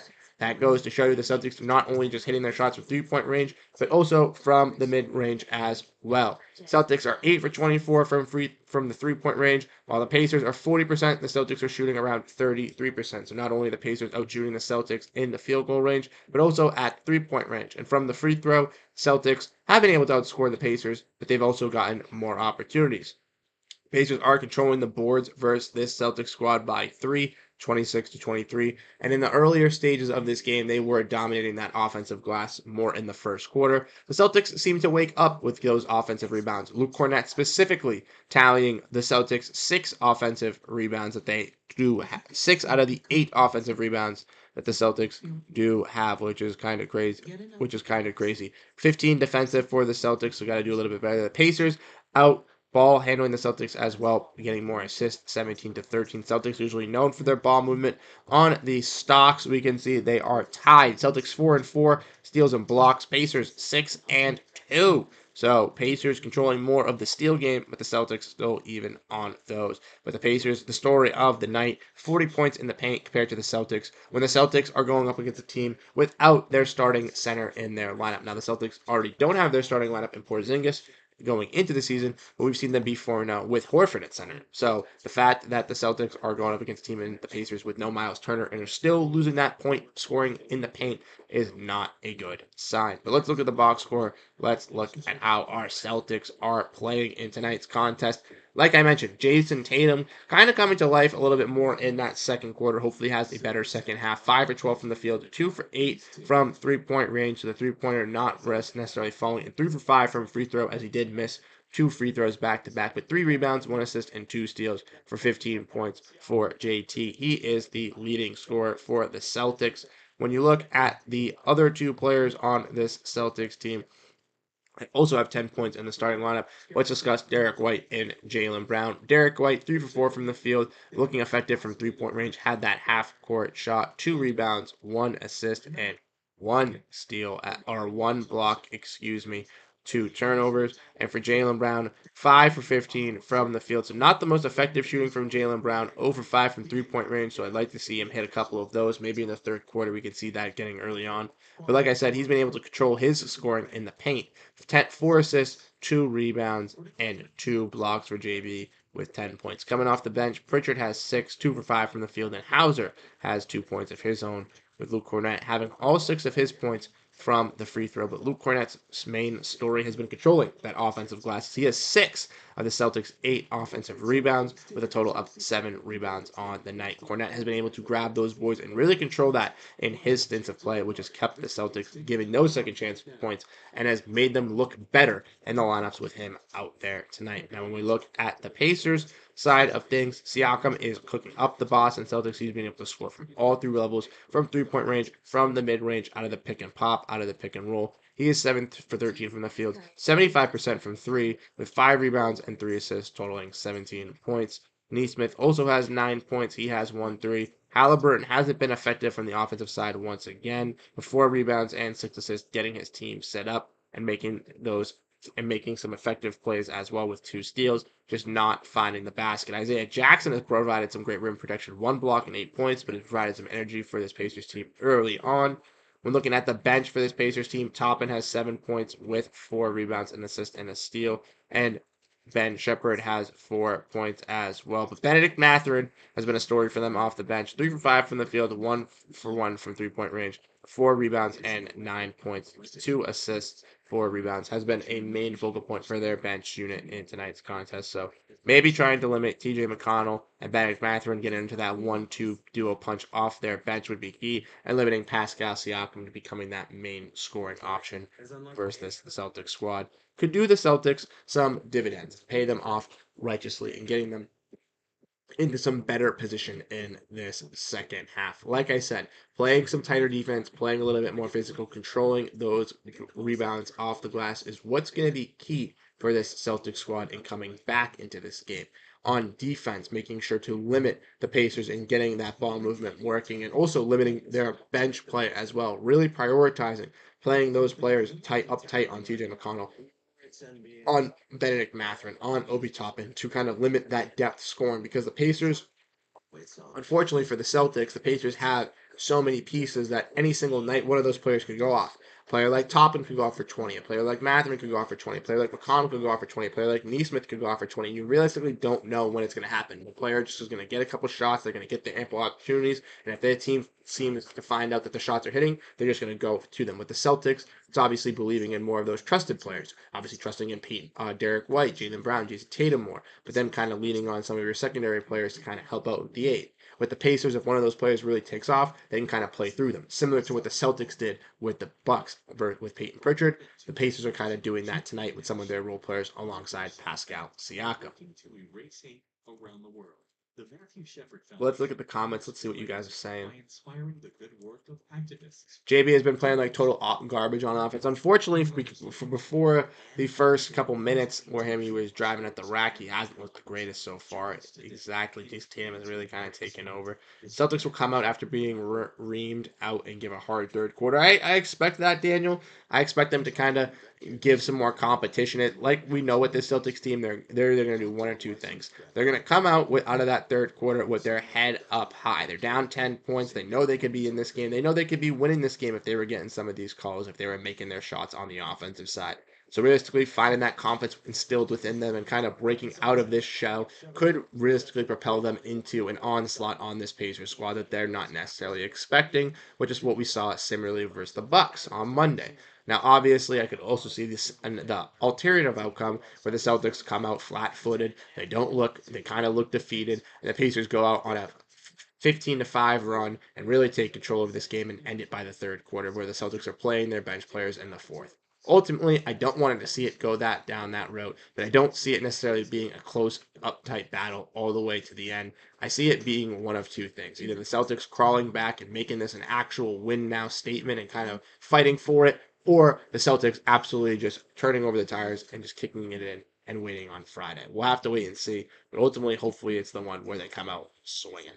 Getting nervous right now, not going to lie, the Celtics Roblox. I am too, not going to lie. I don't want to lose. I'm getting the jitters. I'm getting them too. It's Charles Miller said, worried about the outcome, not shooting well. Exactly. Just 36% from the field is not great. 33% from three-point range is not great. Something that you can't be doing in the NBA against some of these top-tier teams, specifically a Pacers team who's might not be the best defensive team by any means, but can hold their own defensively with some of their players. And I think that we've seen that tonight with them getting their steals. They have already gotten 6 steals compared to the Celtics 4, and that's been able to cause a lot of second chance points for the Pacers fast in transition because that's their type of style they play basketball. Although Monday we had a great second half. Exactly. That's what I'm saying. And you can't really cut it out yet. You gotta wait and see how they come out. But in the first 3 to 5 minutes, if they come out locked and loaded, ready to go, I expect this game to be a nail biter through the end. If not, the Celtics pull out victorious. If not, then I expect the Celtics to roll over and die in the first 5 minutes, and we might see Jaden Springer and Jordan Walsh playing in the fourth quarter. That's totally fine with me. I just want to watch some good basketball and get this second half underway. But let me know what you guys are thinking down below in the comment section. Not even just about Boston Celtics, but just in general, how you guys are feeling in sports. I know the Pats just beat the Jets the other day, which is huge for Patriots fans, obviously, as we all know. The Jets are a division rival, but also a team that we always are known to beat down in the past and had been beaten down in the past. So after losing to them this season early on, getting that revenge game versus them this week was big and key. Talked about a little bit about the World Series, about the Bruins and stuff, about the Red Sox. We talked about maybe the Bruins. I haven't really been paying attention to them that much this season, but I know that they're back and they're in full swing of things.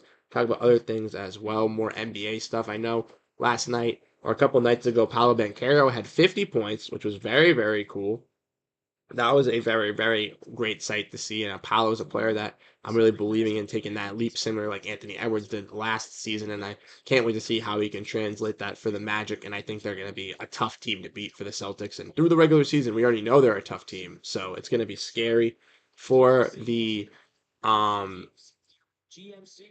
Anthony Edwards last night. Speaking of Paolo taking a leap like Anthony Edwards, he looked very good. Unfortunately, the Timberwolves were unable to score the victory, but Anthony Edwards had, what, 24 points in the first quarter or something like that? 25 points in the first quarter.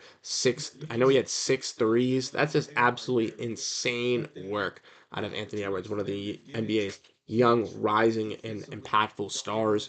Really, really cool to see him kind of show out. Seen the Lakers games have been a couple times. The Lakers, Anthony Davis has been feasting up down low in the post, looking like vintage AD when he's healthy. That's always great to see. Ultimately, I'm just glad that the NBA is back. We're into the full swing of things.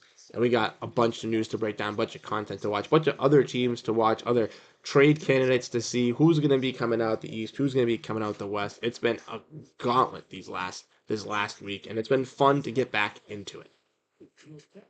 Ooh, the Sixers are losing to the Pistons. Hey, let me look around the league. Let's see what's going on. Yeah, I saw Drake May got a concussion Celtics Roblox, but I did see if you I don't know if you follow Celtics Roblox, but you can go check out I'm not on the channel, but one of our other creators, Keaton Warner, who does Spurs Digest, is also doing Patriots Digest. You can go check out Patriots Digest. He just had an update about Drake May's concussion. It was a fantastic video. But like I just saw from Kobe Reed, the Pistons are beating the Sixers, which is key. I do like that. How's Jaren Duran doing? Nice. Patriots receivers were being called out by each other. 0 points. Solid. Cavs are winning. They're the other top team in the East. Hornets are close versus the Raptors. Hawks are beating the Wizards. Heat are close versus the Knicks. Bulls are losing to the Magic. I'd expect that. Like I said, Paolo, 4 for 5 from the field, 11 points. He is cooking, ladies and gentlemen. Paolo Banchero, ladies and gentlemen. Watch out. All right, I never knew there was a Pats Digest. Thanks. Of course, Celtics Roblox. I got you. Yeah, we got 4. Now that I promoted it on one of the videos, but obviously, I know that not everyone watches every single video, so it's okay. But we're gonna start promoting it. I'm gonna start promoting it more on the channel. But we have Patriots Digest, we have Bruins Digest, Red Sox Digest, and Celtics Digest. Bruins Digest is from Kirk. He does some other NHL work for us as well, but I know he does Bruins Digest. That's one of his main channels. For Red Sox, I think we have Evan in Houston. Houston was on the Heat channel, so if you guys remember him from doing those duo videos from the playoffs. Houston also does Red Sox alongside Evan. So if you guys want to check Red Sox Digest, you guys can go check that out. And then also we have, like I said, Patriots Digest, which has Keenan, and then Celtics Digest, which has me and what do you call it? Godfrey. Sorry. But we also have a lot of other NBA channels, a lot of like other NFL, NHL. We have WWE, maybe even UFC in the future. So if you guys want to check out the other Digest Media channels, go check them out. You can just type in whatever team you kind of want necessarily think. I know off the top of my head, we have Raptors Digest, Knicks Digest, Thunder Digest, Bucks Digest, Cavs Digest, Kings Digest, Suns Digest, Heat Digest, Magic Digest, Bucks Digest. We have a majority of the NBA teams. So if you want to find out more details about other NBA squads, or even just kind of stay up to date if you like a second team, or want to just find more info about the NBA, just not off of Twitter. If you're not on Twitter, definitely go check out those other channels because they post updates similar to me on player updates, watch along live streams, all that other stuff, and all the other creators on the channels are super fantastic as well.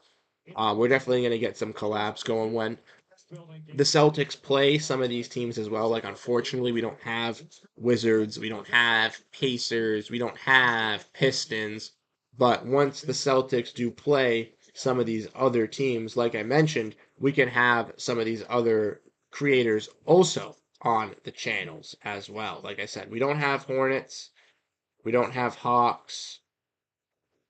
On the other end.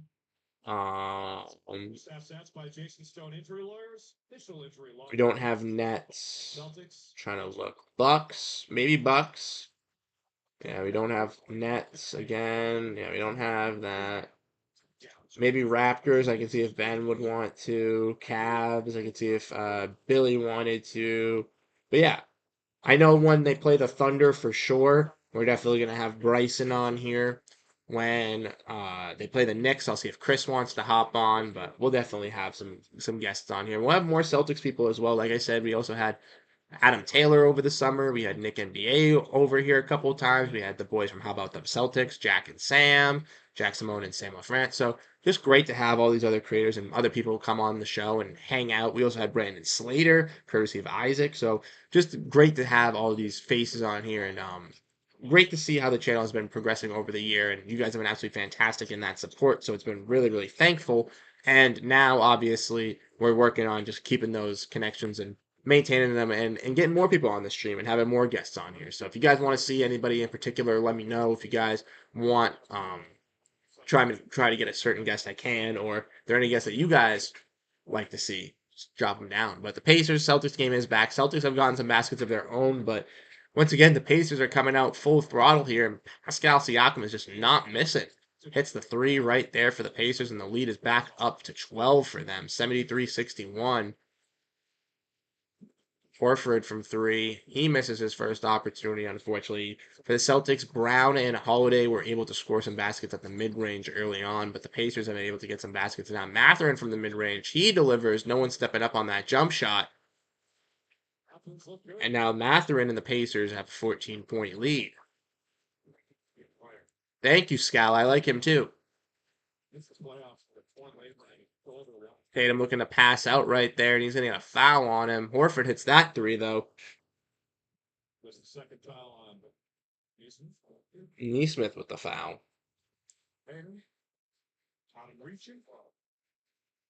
Got him reaching.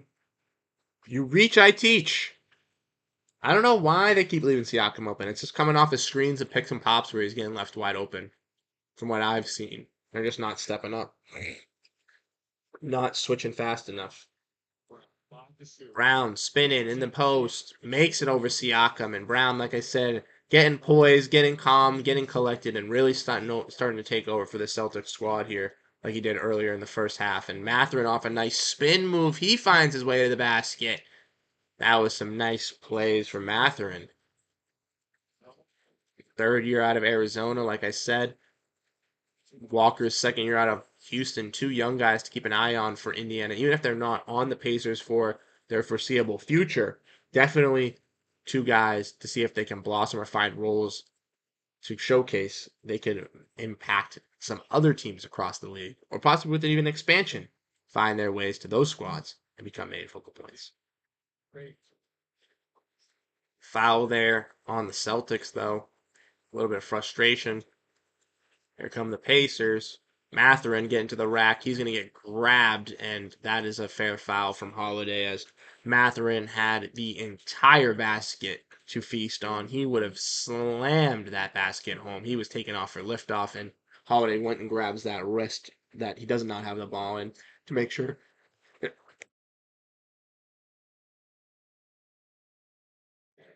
that does not happen. Sorry, I sneezed, fake sneeze. Mathurin makes the free throw. Like I said, all rookie first team for Mathurin, a young player who really has a weird play style with this Pacer squad. He needs the ball in his hands to be his best player. He thrives the best with his ball in his hands. So playing alongside players like Halliburton can work because Halliburton is a player that can pass and play make and set up his teammates. But Mathurin needs the ball for most of the time. And with Mathurin kind of inserting himself into the starting lineup, it doesn't look the greatest. Neesmith providing that 3-point shooting and defensive pressure is a little bit of a better fit. And Mathurin can kind of control that second unit for this Pacers squad and be that main focal point on that team. Now, ultimately, I think Mathurin could slot himself into this roster, taking over Neesmith and playing with Nembhard and Halliburton and with them playing off ball and having Mathurin having a more focal point as a ball handler. But if that's the case that the Pacers want to go, it might not be the most cohesion or the direction they want to see. So maybe moving off of Mathurin to a team to get some veteran needed defensive pieces or some role players that can help out make this team fundamentally sound when they do need it. Once some of these younger guys get expensive, the Pacers could see that being a route moving off of Mathurin. But the Celtics here are getting into some rhythm after Mathurin's free throws. Holiday is now finding his stroke, hits a three-pointer. Now the Pacers will take a timeout as the Celtics are now only down 11 points and are making a little bit of noise here in the third quarter. Yeah, they're not playing good defense, man. They're not sticking. They're just they're setting screens and they're getting switched off of and they're just not being able to stand and guard and contain. So unfortunately for them, they've been able to score on the Celtics, which is not good.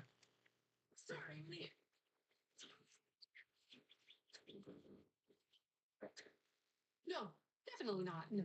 So let me know what you guys think down below in the comment section how you guys are feeling about the game. Like I said, just some sloppy defense from the Celtics here in this game. For 4 generations, my family Nemhard might be hurt. Mathurin started ahead of him. My grandfather taught me to always care for people and fight for what's right. At Jeffrey Glassman Injury Lawyers, that's what we do. When you're hurt in a car crash, we fight big insurance companies to make sure you get the money you deserve. We care. We fight to win. And we don't Magic looking really solid. Like I said, I had the top 4 team in the East. I had them coming in at 4, and everyone was looking at me like I was crazy. But I'm telling you, they're gonna prove everybody wrong.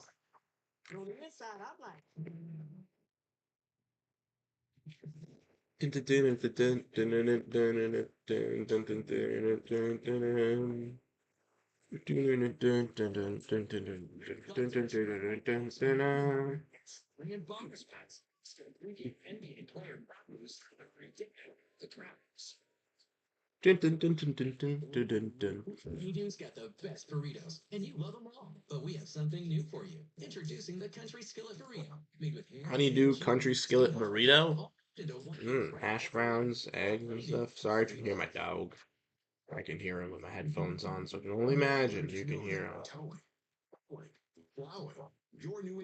Karl Anthony Towns is 24 points on 8 for 11 for 3-point range. And Jalen Suggs playing some all. Oh, okay, Jalen Suggs getting an interception at half court. That was a nice play.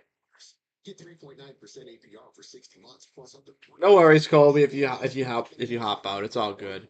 Like I said, that Pacers game, the Celtics are crawling a little bit back in here, but we'll have to wait and see. Let me look at the score of that game right now. Pistons are up still, 66-54. Durant still has 0 points. Cunningham 22, 5 and 5. Cunningham has been really great this year. Like I said, I didn't lose my faith in Cunningham like some other people who had written him off as a superstar. It's just he's dealt with injuries and dealt with bad teams and bad coaches. Give him a good enough squad and he can produce. And everyone wanted to seem to write him off, but can't be writing off a guy that's not been able to prove himself yet with any talent on his roster. But yeah, Siakam just drilling these threes, and the Celtics unable to stop him. 5 for 6 from 3-point range. Mathurin going to the rack downhill. He's going to get a foul. JB went straight up. Following up the play for Madison. Another timeout. Dribble handoff to the attack to the rim. Mathurin here going to get to the free throw line, going to get some free throws.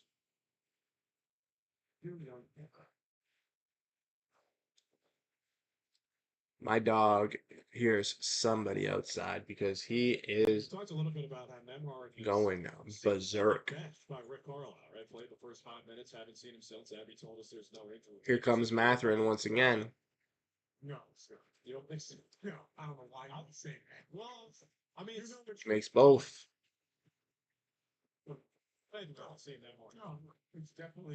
Celtics and Pacers both shot the same amount of attempts and are shooting the same percentage from the free throw line. 11 for 13 for both. Tatum passing to Holiday. Good ball movement, and Holiday passes it down low. Derek White not ready for it, and Isaiah Jackson gets the steal, and the Pacers now in transition. Play it, and Mathurin gets an and one. This is what I was talking about, ladies and gentlemen. The Celtics are going to do one or two things. They're either going to come out guns a-blazing or they're going to let them come run all over them. And right now, the Pacers are doing what they're doing right now, running all over them.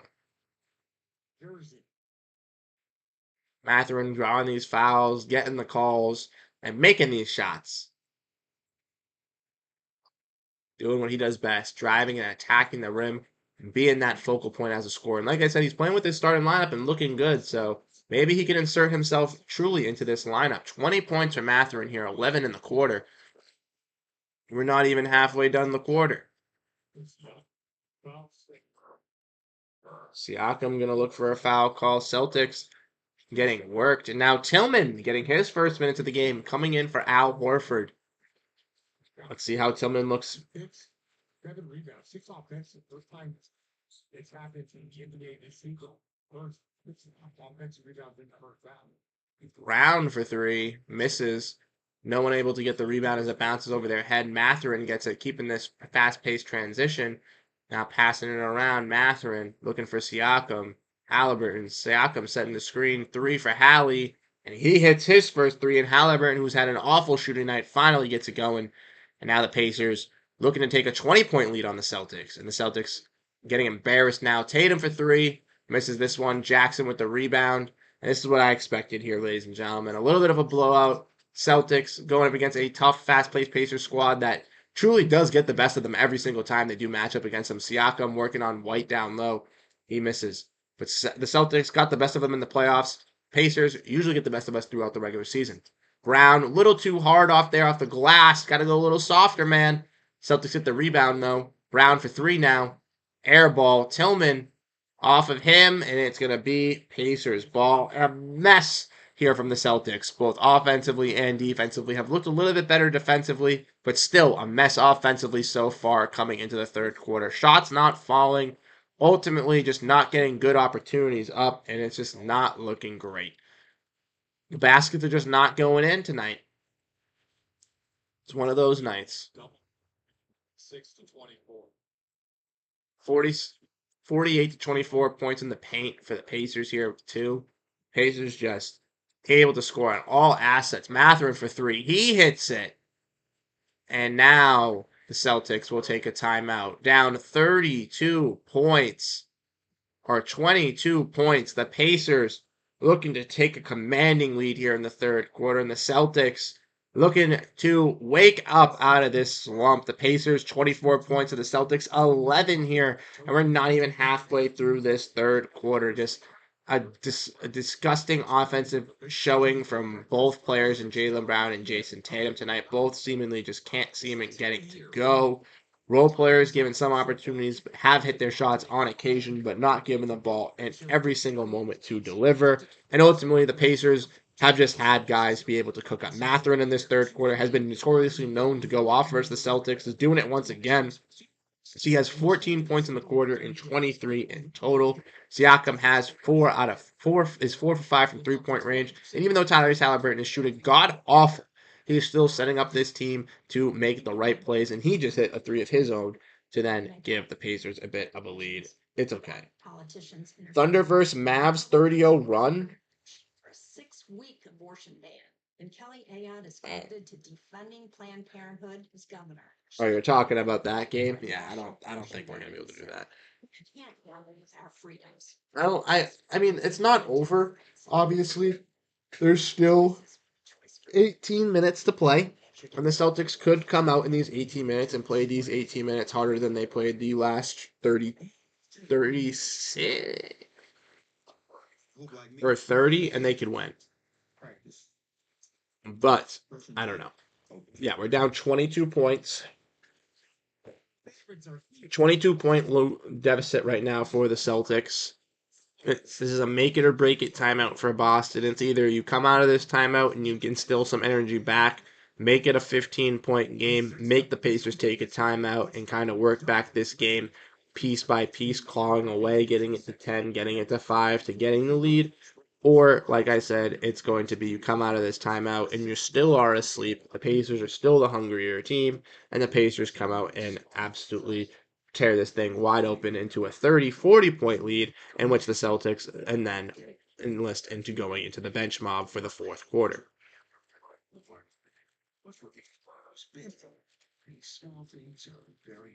Defense has to. So Rob's here. What's up, Rob? Haven't seen Rob in a couple of these games, but I know it's early for Rob right now. It's currently not. It's currently 8:45 a.m. for Rob, so he makes these at the end. So glad he's able to catch the ending of this one. Unfortunately, not the best game he wants to be watching, but he says the C's don't have it tonight, which I agree. Which is it's still a struggle for not making threes. The Jays not getting superstar whistles, unlike any other superstar, doesn't help, which I do agree. They have been getting not the greatest calls these last couple games. Defense has to be better. We need rim protection badly this game. Exactly. It just hasn't been the greatest rim protection for the Celtics. But like I said, Celtics kind of going into this, taking on the Pacers, then the Hornets back-to-back games, then got the Hawks, then they got the Warriors, and then they got the Nets. So I'm thinking the Celtics will be able to win those 3 games. These next couple games coming up, like I said, kind of finishing out 9-1 would be a very, very good record for the Celtics in these next 2 weeks. I still remember that game versus the Spurs in 2021. I don't know necessarily what game that is off the top of my head. Is that the Derek White game where he went off versus the Celtics? I was at that game. The game that Brad Stevens found out who Derek White was, and who I did too. Well, I knew who he was, but I knew he was a role player on a pretty bad Spurs team. I didn't know how effective he could truly be. Halliburton passing down low, bad pass picked up by Brown, but now the Celtics going to get a foul call. Come on. My dog is going berserk. Holy crap. Someone is outside that he does not like. We can hear him through the headphones. There's nothing you can do to stop him either, so. Isaiah Jackson, or excuse me, not Isaiah Jackson. That was Jarris Walker. Looked like he was checking out. Maybe checking in. Checking in, okay. Walker is now in alongside Toppin for their big man group with Mathurin, Neesmith, and Halliburton. For the Celtics, we got Holiday, who just took the 3 misses, Pritchard, Tillman, Brown, and Tatum. So Pritchard and Tillman being the 2 guys mixed in from a bench unit here right now. The Celtics been doing a pretty good job at that as well, mixing in guys from the bench unit, taking 2 guys out, putting 2 guys in, getting some good cohesiveness. Mathurin misses a 3 guarded by Holiday, and now Holiday with a nice little transition layup. Oh, he misses it. Can't be missing those, but Tatum gets the rebound. Tatum for 3. He misses that, and they can't get the rebound. And Neesmith gets the foul, falls hard to the ground. That's just the story of the game, folks.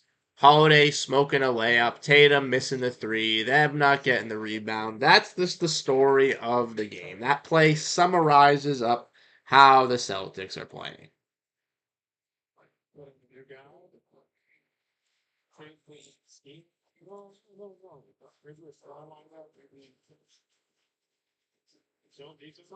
Just try something different. Susie went out there still kind of going. Things like this are happening. Tomorrow, if it's not found to go away.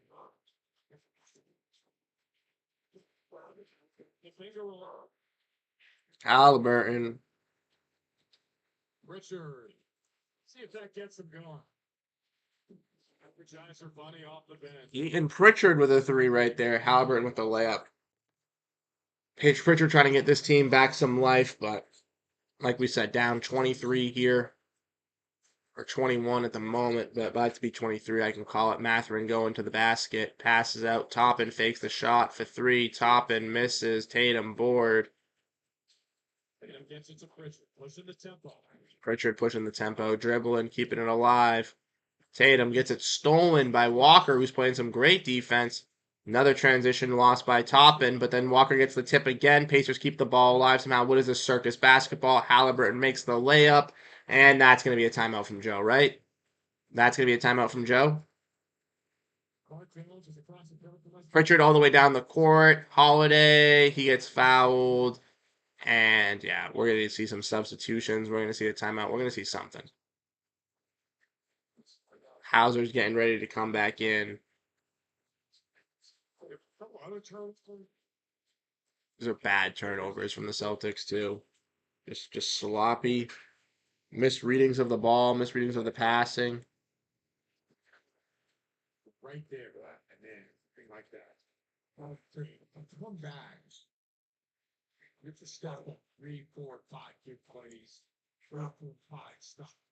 But every time we got an opportunity, That was atrocious. But here comes Luke. Here comes Hauser. They're coming in.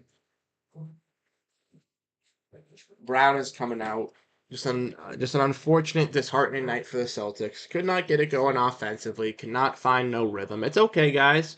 Tillman checking out as well. Gets a little stint. Wasn't that much impactful. Couldn't bring that much juice. It's okay. It's okay. Holiday at the free throw line here. He misses them. Oh.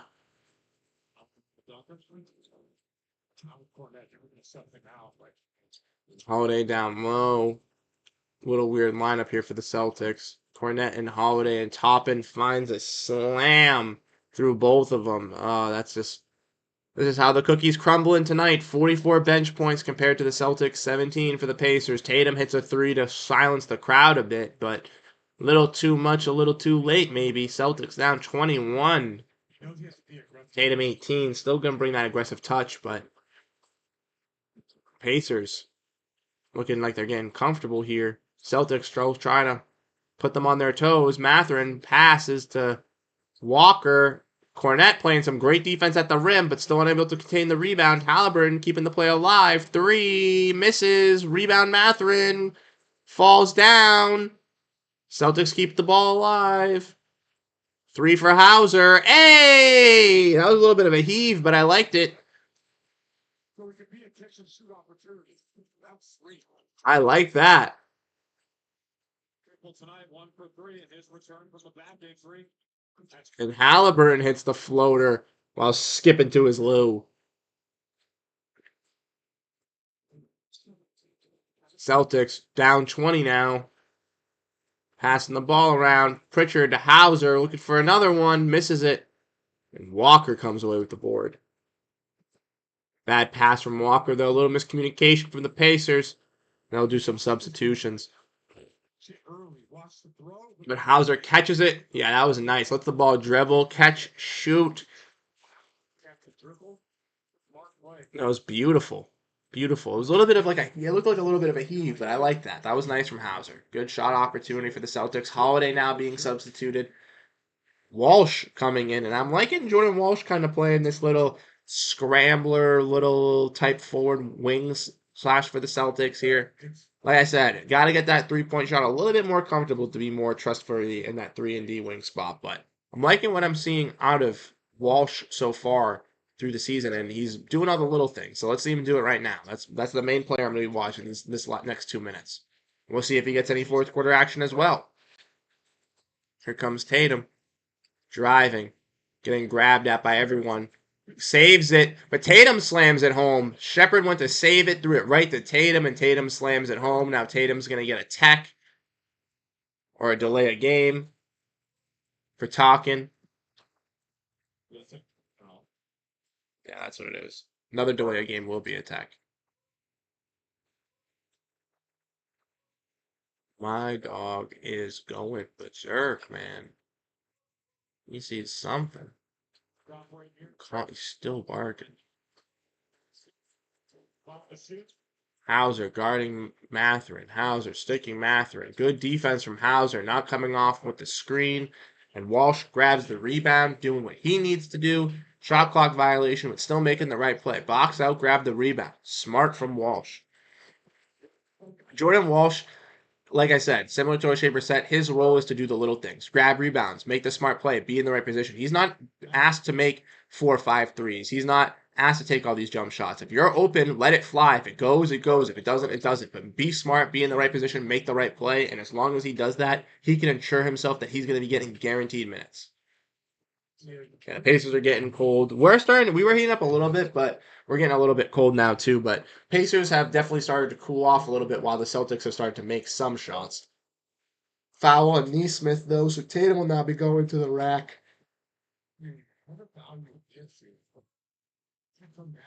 Tatum, 20 points. Not greatest shooting night tonight, but 7 rebounds. Has been able to find his ways, hit some threes. riding Tatum right now. But eventually, if we come back to those confidence, it's going to make a massive difference. So if they can cut this lead down to 11, 12, 13, really good spot. That's what I'm saying. Cut the like Scal just said. After that last timeout, it was one or two things. Either let them blow them out the water or cut it down to 15 and then cut it down to 10. Celtics are down to 16 right now. We can stay around this 16, 14 range. Celtics on a 10-2 run in the last 2 minutes. Crawling right back in, keeping them alive. Walshy coming in, playing some hard defense, coming off these screens really well. Good defense. Good defense from Pritchard.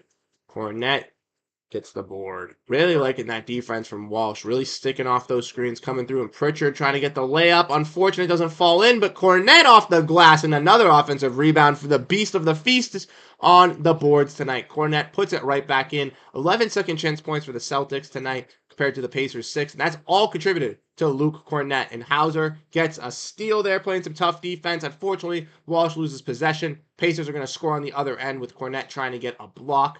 But I do like that hustle defense from Hauser. Unfortunate bad pass there. Pritchard dribbling. Pass to Cornette. Blocked by Toppin. Celtics will keep possession here. 13 seconds left on the shot clock. 24 in the game. Just swinging. Absolutely. That should ball should have found Tatum. Ball should have found Tatum. Tatum would have ran forward. However you finish it. Almost like a 4-point swing.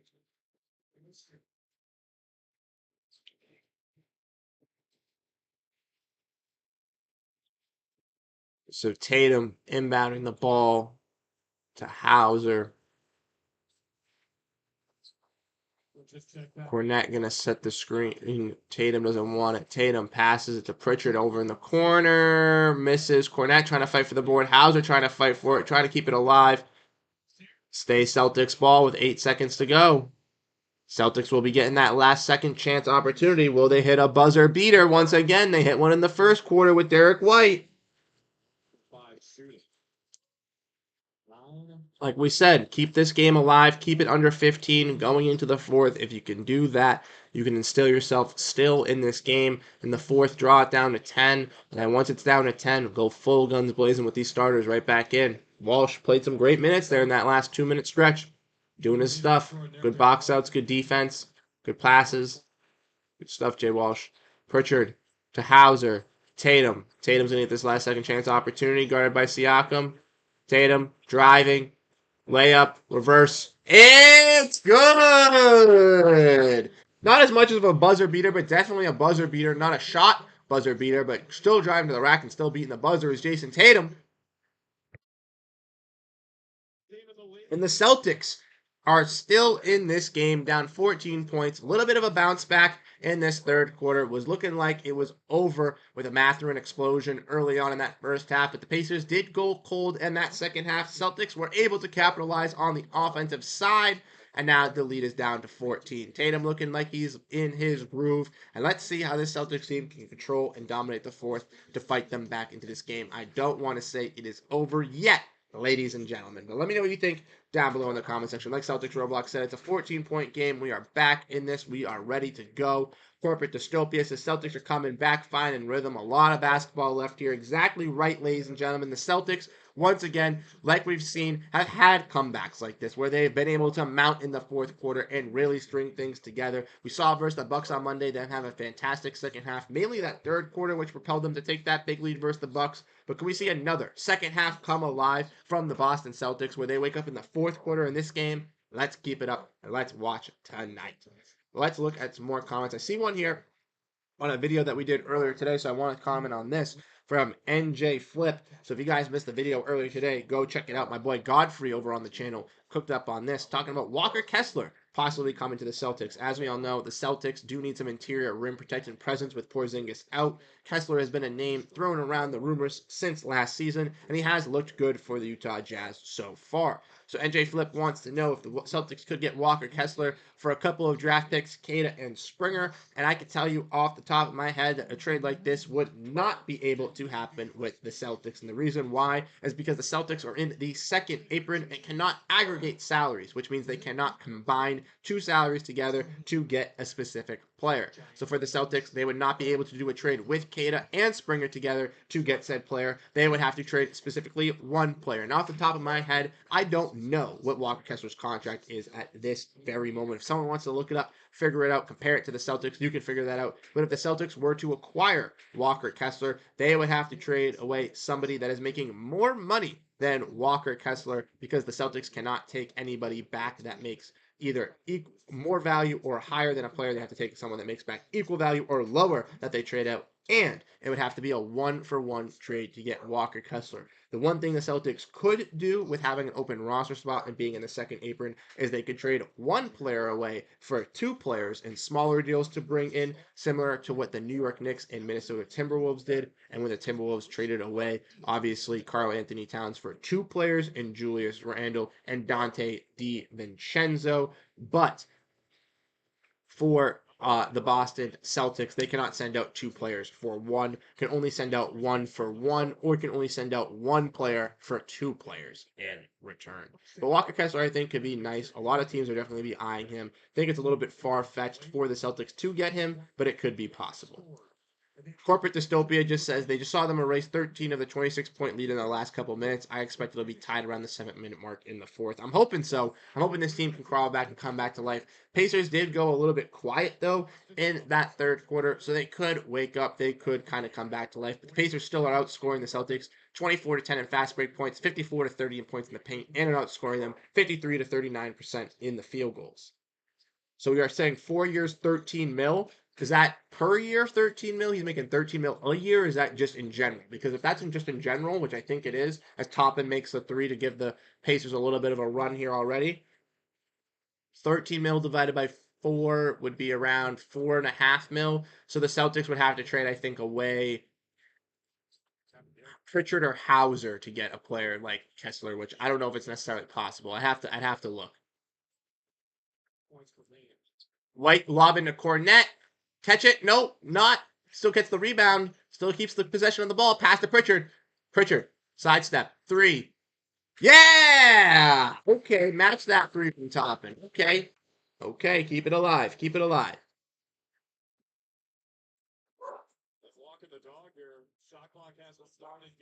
The Pacers are walking the dog here? Really, bro? With 11 minutes left, we're walking the dog? With Cornette picking up him? Come on, bro. And mid-range from McConnell, he just drains it. That's just ridiculous. Why are we doing that? What is the point? Pritchard to Brown. Brown driving. Misses. To Pritchard. Pritchard to 3. Misses. Siakam gets the board. Now the Pacers are in transition. Bringing up quickly. McConnell. Layup. Blocked. Mathurin gets the finishing touches and puts it in. Pacers coming out strong here in the fourth. Celtics not looking too hot. Mathurin 23, Siakam 20 with himself, really leading this team. Tatum gonna get a foul call from going to the rack. Tatum's gonna push him. This is getting feisty and physical. Pacers and Celtics not gelling well with each other tonight. Obviously, after an Eastern Conference Finals matchup last season, Mathurin and Tatum said, "You in my way." I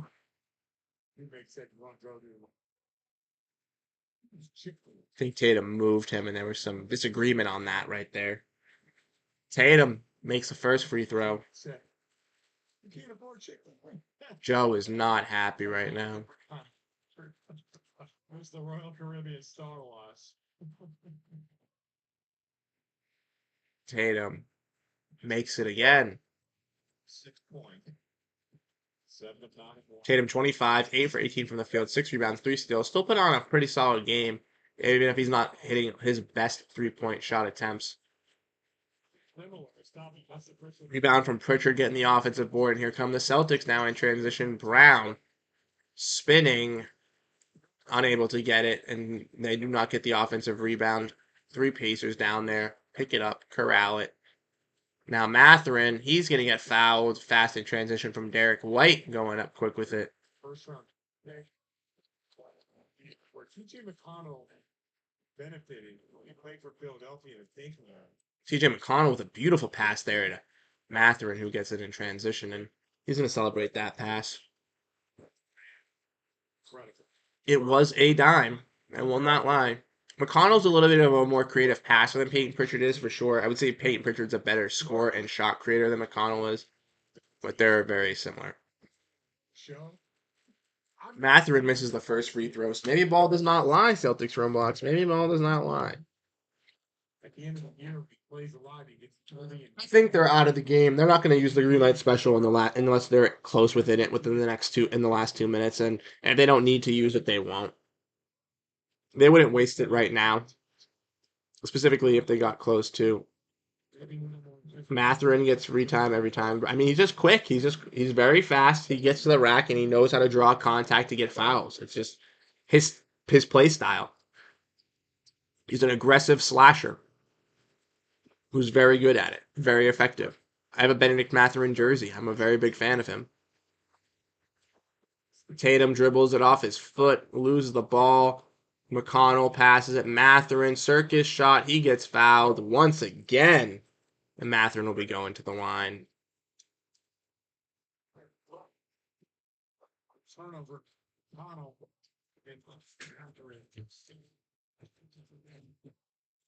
First that break, big break, and the time not get close. In fact, TJ McConnell's making a play. Matherin's making a shot. This is his 10th free throw tonight. Here's a mess with today's ticket. Boston's own Ace Ticket has more seats to every Celtics game. Ace Ticket always has the best seats at the lowest prices. Watch the champs at the Garden. Visit aceticket.com right now.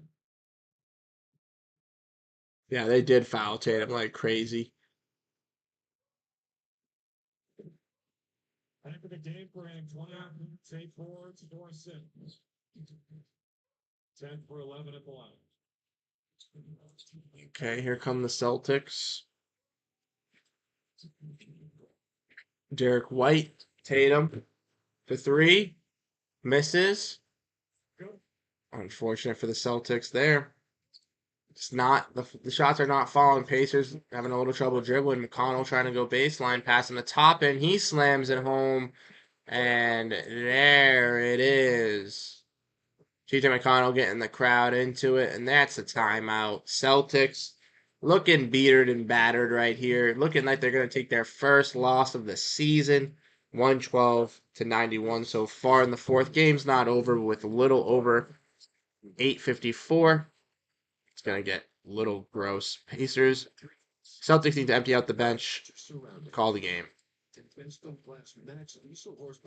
Unfortunately, Kate's channel, they just did not look great offensively. Shots weren't falling. Offensively, Brown just could not get it going besides the first couple minutes. Defensively, the Pacers were just running a lot of really just fast-paced, quick things that the Celtics couldn't stop.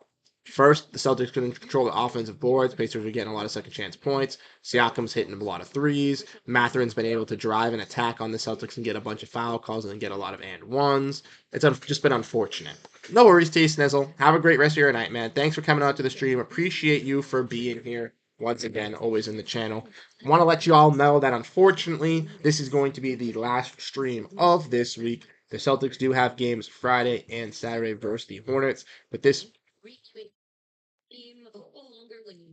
weekend and for the next couple weekends, I am busy, unfortunately, so I will not be able to do the weekend games. And like I said, for this weekend, Friday and Saturday, I am not going to be available. So there will be no streams this weekend. This is going to be the last stream of the week, but we will have videos coming out through the week and through the weekend talking about the Celtics, talking about these games from Godfrey and myself. So still, if you want to stay up to date and stuff like that, you guys can. But this will be the last stream of this week. I just wanted to give you guys a heads up. And unfortunately for us, it's going to be a disappointing ending for the streams of the week because Celtics most likely going to lose this one. And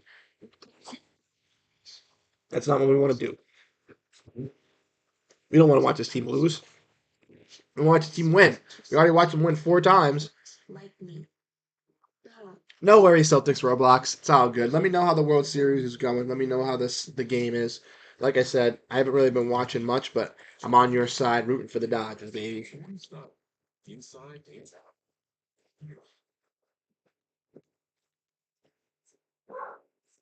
Oh my gosh, dude. My dog has been nonstop barking since the second quarter. Brand named 2024 Best Dog Brand by BillyBlueBooks.com.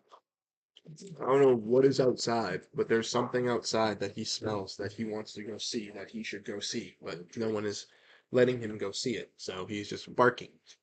I might make him go see it after this game. Might go over and go find out what it is, because it's ridiculous. Little some young Celtics fans here, though, at the Pacers Arena.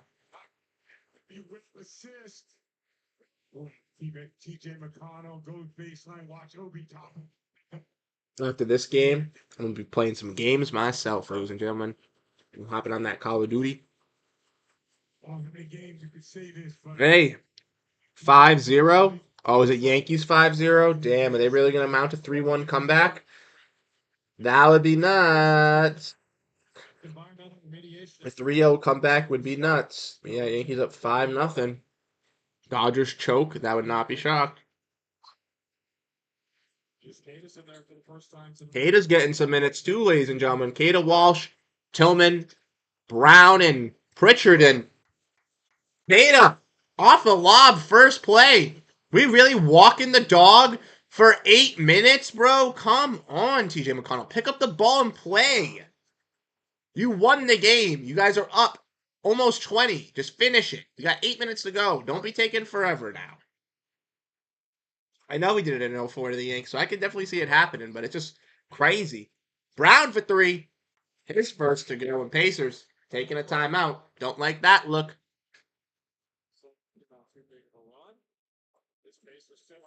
Pacers want to stay on top of this. They're taking a timeout. 96-112. Celtics taking it a little bit slower. Excuse me? This dog is going berserk, man. I wonder who's outside. I can't wait till I go downstairs. Plus, get 2 years, no cost. I yell at him. This is the Toyota. Drive a dog at your New England Toyota, your only drive headquarters. What does he see, bro? He must have something. Shop for great deals. Stop and shop at 8% team from $2.99 per pound with a digital coupon. Frito-Lay party snack bag. No worries, Celtics Roblox. I got you. If we start making a comeback, I'll let you know. But I think the Celtics just got on a little bit of a run right there. I don't see them. I'd love to see them come back in 8 minutes. I don't want to say it's definitely over, but Standards are critical. from the timestamps of this game, Indiana has outscored the Celtics in every single quarter, even in the Celtics' best quarter. Exactly. You need to be within 10 at the 5-minute mark, and then 3 minutes. Can we erase a 16-point deficit? Chance at success. Vote no. I don't know. Question 2. Can we get within 10 at the 5-minute mark? Let's see. It's for a future pizza emergency. So you'll have an emergency pizza For 10. when you need it most. Ooh, Garrett Cole's pitching. Devers' son, a.k.a. Garrett Cole, yeah. Garrett Cole, yeah. Celtics Roblox. I went to school with a bunch of people in New Jersey. So you can only imagine the Yankees and Mets fans that I dealt with and hung out with. So being the mask boy and representing our boys down there, I got them all converted on this. Don't worry. They all might be Knicks fans now, but 2 years ago, they were all on our side. Rooting for the green and gold, baby, because they wanted to see us win. Now that the Knicks are good, now that they can compete with us, they wanna go to that Knicks side, and it's okay, but They might show their backbone. Defense. Yeah, I know, Charles Miller. I know. We need to see some more defense. Need to see some high volume defense. Need to see some high volume offense. Offense getting a little bit better, but the defense needs to kind of step up here in these next couple minutes. Kind of show the enforce on this Pacers squad. Maybe force some turnovers, get some early dysfunctional stuff going on. To a park like Honeydew, stop by your favorite Honeydew today. Do love. By your New England Chevy dealers, like Jason Stone, Injury Lawyer. Jason Stone injury lawyers. All right, here we are back in Indy. Injury lawyers hurt, you gotta get glass. Isaiah Jackson's been dominating that glass.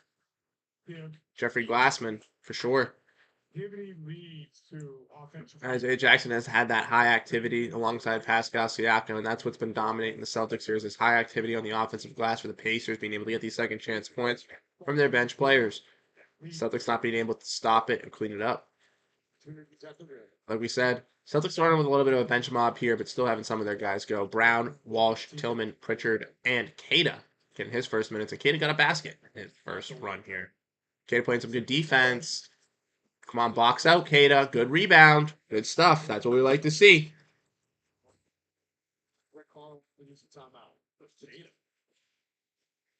Good pass to Queta. Good pass outside to Brown. Pump fake. 3 from Brown. Misses. Tillman comes away with the board on coming crashing in. He gets his ball blocked by Jackson, and the Pacers dive on the loose ball. Tillman not looking the greatest here right now. 16-pound game. Ooh, 3 from Shepard. Oh, you like the hat, Charles? Thanks, man. So I got this actually when the Celtics won the championship at Dick's Sporting Goods in Massachusetts. Now, I don't necessarily know if they have this exact hat still available, but they probably still have some championship merch available from the Celtics team on the NBA store or the Celtics team store. So I would definitely check out both of those websites and try to find something like this or something similar to this, and I'm sure you can find something along the likes of this. But I actually got it the night they won. We were on stream, obviously watching that game 5. We watched we watched them win the trophy. We saw their speeches, and then me and my friends, I got in my car, picked them all up, and we all drove to Dick's Sporting Goods and all got our hats and got our merch, and we're ready to go. But here we go. Just a lot of 5 and out right now. Offense, we're just shooting 3-pointers, trying to speed up this game. Brown driving to the rack, finds it easily on Isaiah Jackson. But the Pacers prioritizing that 3-point shot, just going to try to bleed this lead out a little bit longer, kind of get this game over with, while the Celtics are going to try to get it to them and try to keep this game into it. Their bench mob. Toppin for 3, misses. Queta rebound. Queta looking high energy off the glass. I'm liking this. Pritchard now fast in transition. Reverse layup underneath. Gets it to go. On Mathurin. 15-point game, 6 minutes to go. Get it to 10, and here they go. Walking the dog again. Seconds taken away. Brown's going to pick up Mathurin at the half court. Mathurin. Now guarded by Tillman.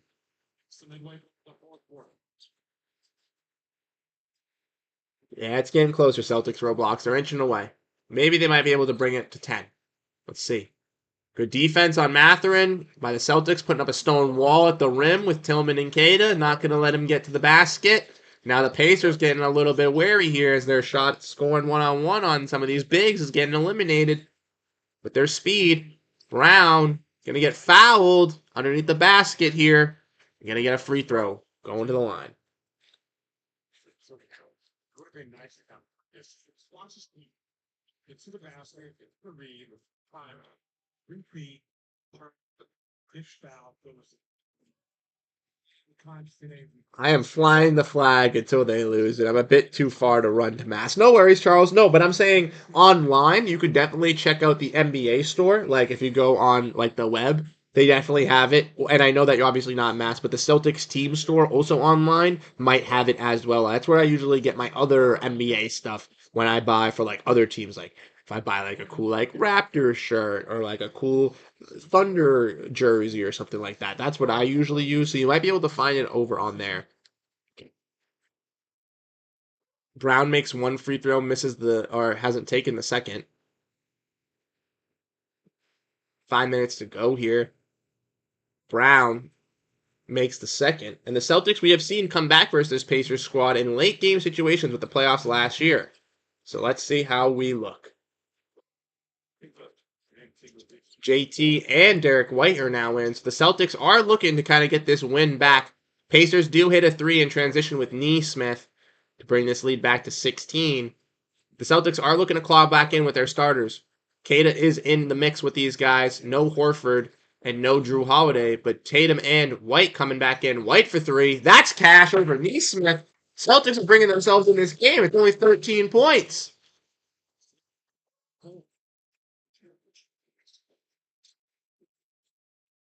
Well, Pacers getting a little bit antsy here with their passing. Siakam, turnover for the Pacers. Celtics keeping this intensity, keeping the high energy. Check it in quick. Check it in quick. Derek White playing some heavy up offense for the Celtics here. Keeping this momentum swing going. Brown backing down Mathurin. Down low in the post. Spins off of it.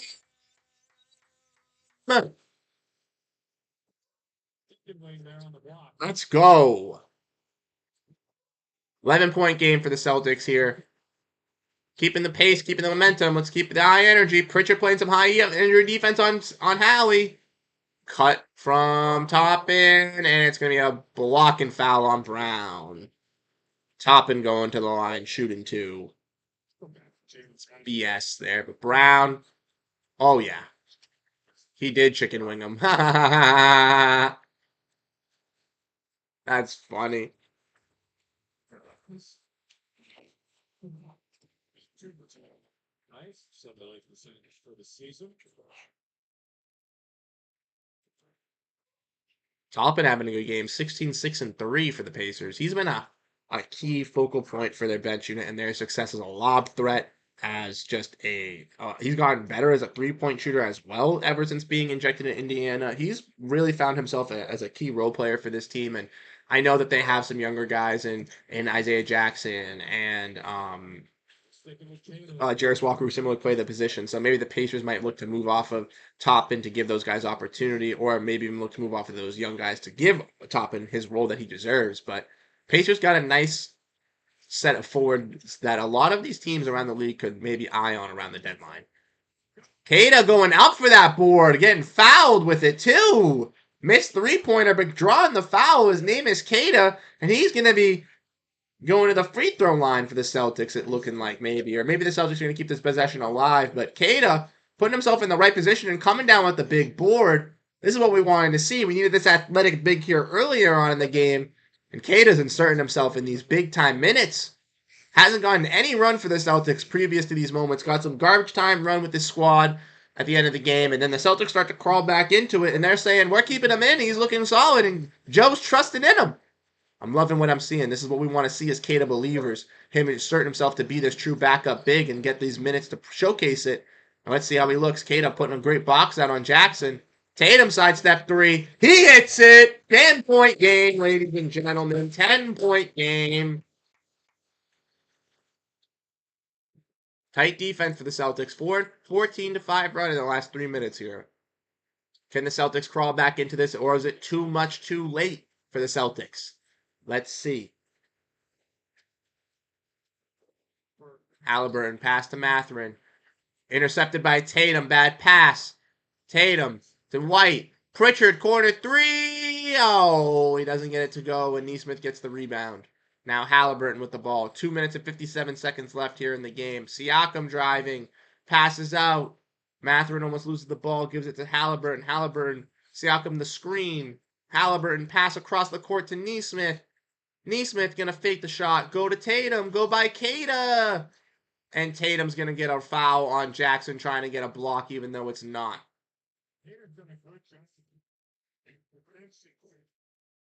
Tatum sticking to his feet, playing some great defense. Unfortunately right there, just gets a bad foul call. But has been delivering on the shots on both sides here for the Celtics. And Celtics are crawling back in, ladies and gentlemen. These three-point shots are falling, and Tatum is coming to life.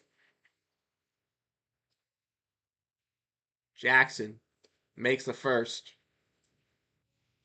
This game was 3 for 8 at the line this season. 3 for 3 tonight. Fourth-year man out of Kentucky. Jackson gets the second one to fall after hitting off the front of the rim. Celtics down 12, 2:40 left, but keeping it a 10-point swing. Days have once again with 29, Brown with 23. Pritchard looking for White for three. Catch and shoot, baby. It's in. 9-point game for the C's here. All righty, ladies and gentlemen. It's a nail biter now. 2 minutes, 16 seconds left. The Celtics have made it a game. Derek White, 5 for 6 from the field. Looking solid for the Celtics, getting his action when it's needed to be. Siakam in the post. Misses it. Celtics trying to get the rebound. Unable to after tipping it 3 times. Siakam still comes away with it. Is he going to get fouled? Travel. Celtics ball. And this is going to be a controversial call being talked about. Fans are booing. Celtics will get the possession, though. Big travel by Siakam after he grabs his own rebound. And the Celtics, Pritchard for 3, misses the opportunity. When the Pacers get the rebound, Nesmith and Jackson going up for it at the same time. But here come the Pacers, an illegal screen from Isaiah Jackson.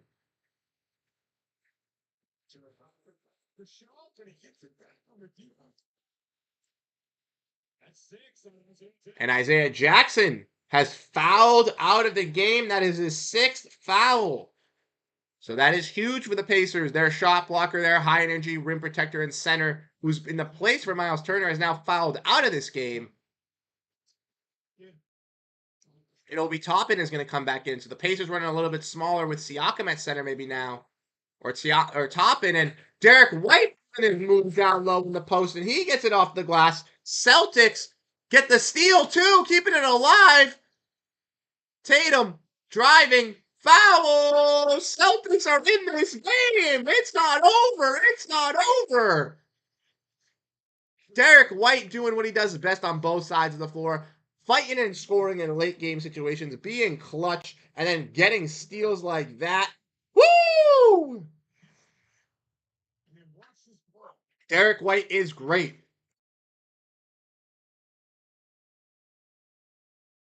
Corporate dystopia, you're right. This is crazy. It's explosive. This is a fantastic game. Crampy's in here. What's up, Krampus? Celtics are coming to life now, Cramp. Glad you're tuning in at the perfect time. Tatum at the free throw line makes the first. Celtics are in this game. Tatum once again makes the second. Celtics down 5 with 1:28. It's not over. 21-7 run in the last 5 minutes here. Celtics playing their best basketball in the fourth. These second quarter comebacks, these last couple games have been thrilling for fans.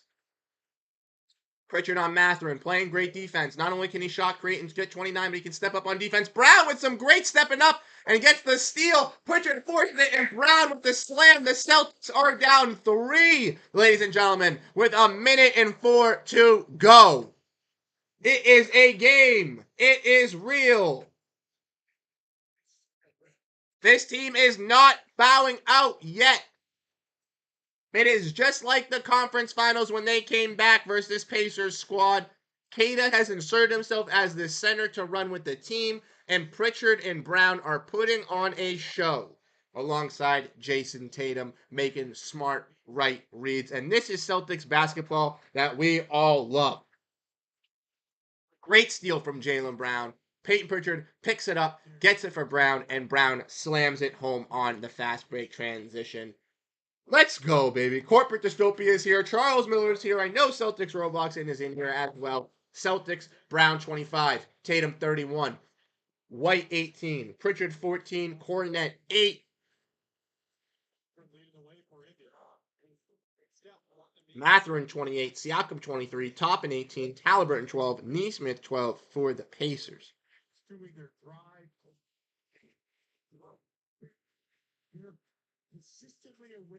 Pistons beat the Sixers. Let's go!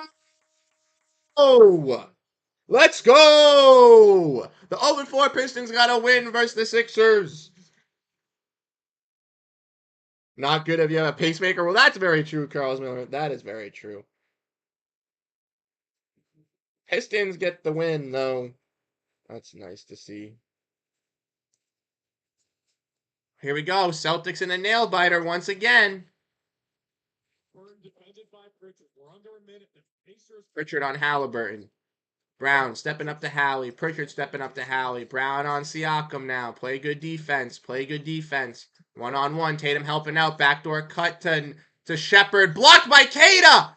Big time Kada block. And off the rim shot clock. Celtics in transition. 2-on-1. Tatum gets fouled. And the Celtics have an opportunity off of a big block from Kada. And Stan Poppy right here. Shout out to Stan Poppy from last game. Kada finally delivering in some minutes that he is deserving. And that is right, ladies and gentlemen. Namus Kada with a big-time block. Go strong. Gonna get two out of it. And his first time to that from he has effective honest shots. Tatum hits the first. Tatum hits the first. The Celtics are in this game. It is not done yet. Overtime on the horizon? Possibly. Tatum from the free throw makes his first. Here we go. 11-0 run in the last 2 minutes. Can the Celtics close it out? 27 seconds left. Pritchard guarding Halliburton. All over him, smothered. Halliburton mid-range hasn't gotten to go, but he gets it to go. Oh no, in the clutch. 19 seconds left. Here come the Celtics. Will they get another buzzer beater? They've hit 2 this game. Tatum, sidestep, 3. Hey. 13 seconds left, so the Celtics have to play defense. 36 for Tatum, 12 this quarter. White on Halliburton. White on him. No, Halliburton mid-range. It's an air ball, and Kada grabs it, and the Celtics are going to OT. Down 20 points entering the fourth quarter. This team is in this game. Big time moments, not only from Brown, not only from Tatum, not only from Pritchard, but Kada as well, stepping up big time, delivering the blocks. This is a game. They were down by 3. Shoot right over the top. JT's 36. Knocked down 5 extra minutes. Overtime stats. With Chevy trucks, be ready for adventure. With power you can count on. Let's go! T. Snizzle's here. Jason Tatum is clutch. Griffey's here as well. Let's go, boys. Stan Poppy, we got OT, baby. Charles Miller. Corporate dystopia. Celtics Roblox. It is here. Natus Kada is a plus 21 in 9 minutes. At TD Bank, we see millions of transactions, but it's the humans behind them that matter most. It's why we're leaders, with guidance and solutions that put people at the center. Let's go! The greet you and your dog by your name. This is Celtics basketball that we know, ladies and gentlemen. This is the team that we watch every single night. They show up and they deliver when they need to. An absolute spirit bomb for Indiana, who are riding high off the big early. Things got nasty for them down the stretch, and they are morally defeated right now. Exactly, corporate dystopia. I couldn't say it better myself. This is absolutely what the Celtics needed. The Pacers getting a little bit beat on themselves. The Celtics coming alive through that in the fourth quarter and really putting it to the test against this team. Let's see them deliver in overtime. Keep up that mentality, keep that momentum, and put it full throttle to this Pacers team and send them home on a disheartening loss that they should have won. That sidestep is crazy lethal, says Crampy, and he knows the truth. Jason Tatum. And Charles Miller is right. Kid is looking good. I told you, give him those minutes. He could be that athletic big, and he's proven to be that right now. He's a great matchup right now for this team. Celtics Roblox is pumped. Yes, sir. For everybody in the chat right now, we got 40 people, 16 likes. If you guys are enjoying the stream, if you think the Celtics are going to win in overtime, hit that like button. Let's get it spamming. Let's get everybody in this chat. Let's get it going for overtime. Celtics versus Pacers. First overtime contest for the Celtics this season. The Pacers are 0-1 so far in overtime this season, so the Celtics will look to capitalize on that. Let's do it, baby. You forced overtime. Let's get this win. Toppin for three. Misses it. Tatum with the board. Yeah, they're going with Pritchard still. They felt confident with Pritchard in this lineup. They've seen Pritchard look really good with this team. They can trust him as a starter. Celtics lose possession early on. Not looking great after a Pacers miss. McConnell. Baseline. Here come the Pacers. Halliburton sidestep three with Kata on him. Oh, that's not good. That's a smart play from Halliburton. No, he's got the mismatch with Kata. Halliburton 17 and 10. Here comes Tatum three. Stepping into it. Misses. Halliburton gets the rebound. Gotta get that board, boys. McConnell dribbling. Passes it. Ball moving from the Pacers. Mathurin left wide open. Kata's going to get the contest. He misses it. McConnell tries to save the ball off a Siakam tap back, but the Celtics will keep possession. Sorry that I keep muting. I've had to cough really badly. White to Tatum. Tatum. Three. Misses. Kata comes clashing in and gets the board, and Brown's going to get the second chance attempt, which will send him to the line here. Brown going to be getting 2 free throws here for the Celtics. These extra possessions created by Kata is what this team needs.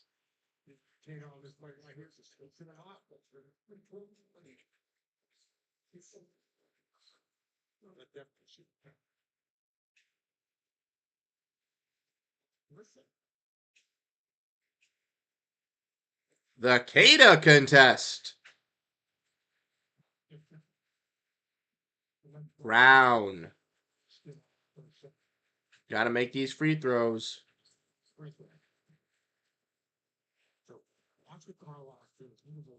Got to make these free throws, JB. Come on. JB. Oh, JB, you can't be missing free throws in OT, bro. You can't be missing free throws in OT, dude. Those we need.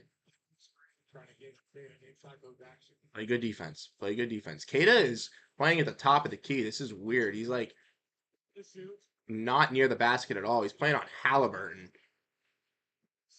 Siakam from over Tatum. Now Kata roams to the basket, grabs the board. White dribbling it out slow. Yeah, we need those free throws, crap. We can't be missing those, man. We can't be missing those. D. White dribbling it out. Tatum with the ball. Pass to Derek. Derek three. Yes! It's wide open, Derek White. You can't leave him wide open. Derek White delivers. He's been clutch. Hasn't been gifted that many shots tonight, but 5 for 5 from three-point range, 21 points. He is on fire. Mathurin for three. He misses. Good contest from Kata. Unable to grab the rebound. Long rebound to Toppin. Pacers keep the possession alive.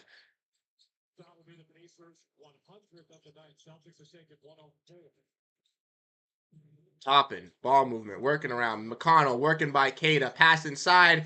Foul on Siakam on a shot clock violation. Are we going to get a jump? Are we going to get a green light special?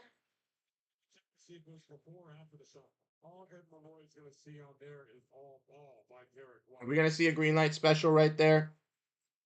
White is just sitting. I'm telling you. I'm telling you. Derek White ain't fast. Another review to see if the foul occurs prior to the shot clock expiring. Oh, here we go. We're going to see what this is. What are we getting for a call? What are we getting for a call?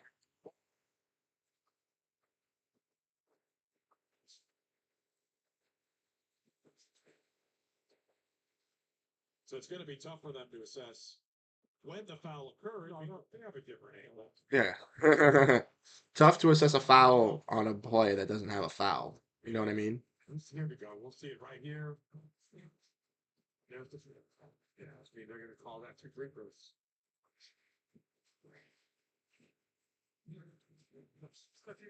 Attack occurred with 0.2 on the shot.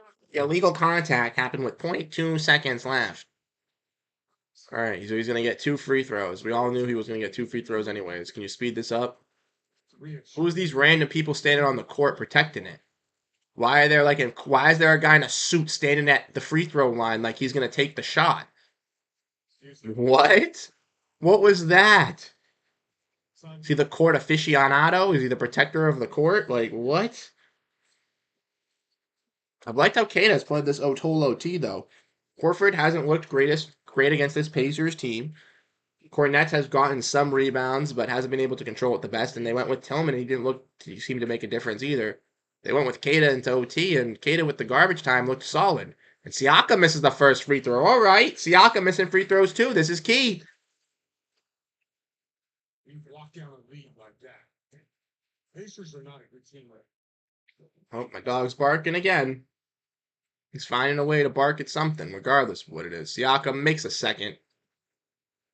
It's not. Yeah, away from there. Siakam gets him a 1-point lead. Siakam and the Pacers got a 1-point lead here with the Celtics. Looking to keep this alive. Tatum. Gonna go to the rack. Gonna get a foul call. And now Tatum will go to the free throw line getting his own 2 shots. JT in his new shoes, or in his new colorway of shoes, these red and blue joints, maybe even purple, I think they tough. Not gonna lie. They look like they look red and purple joints. I'm liking them. No really significance for red and purple joints, but especially if Miles Turner is out of the shit.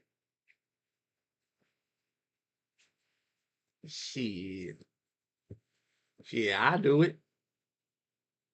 Tatum. He's missing free throws too. Just everybody's missing free throws. Just a rattling game in OT right now. Tatum, can you tie the game up at least? Please? Okay. Something's in the air in Indy because they keep both missing free throws, but here come the Celtics.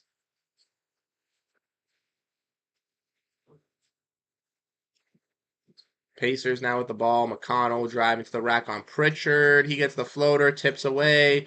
Kept alive by Indiana from Siakam. Second chance for Indiana here. Minute 44 left. McConnell trying to spin off Pritchard. McConnell now going to go. Mathurin going baseline. He gets it to go.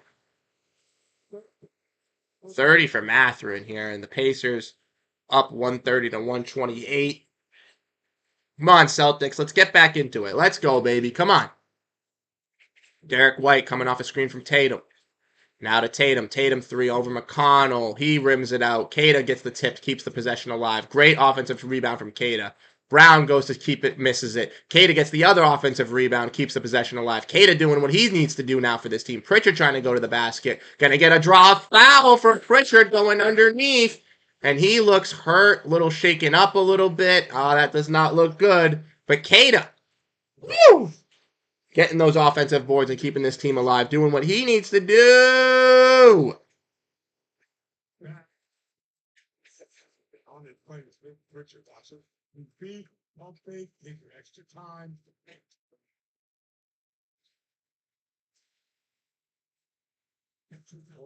This season. Pacers playing without Miles Turner due to injury.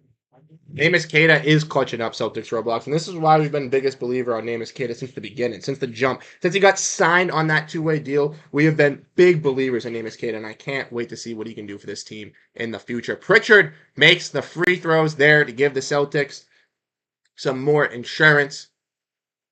And now the Pacers getting in some foul trouble here. 2 guys fouled out, passed out to Toppin for 3. Good collapse from Wall. She misses. Keita gets the tip for the board. Brown comes down with it. Now the Celtics have the chance to take the lead here versus the Pacers.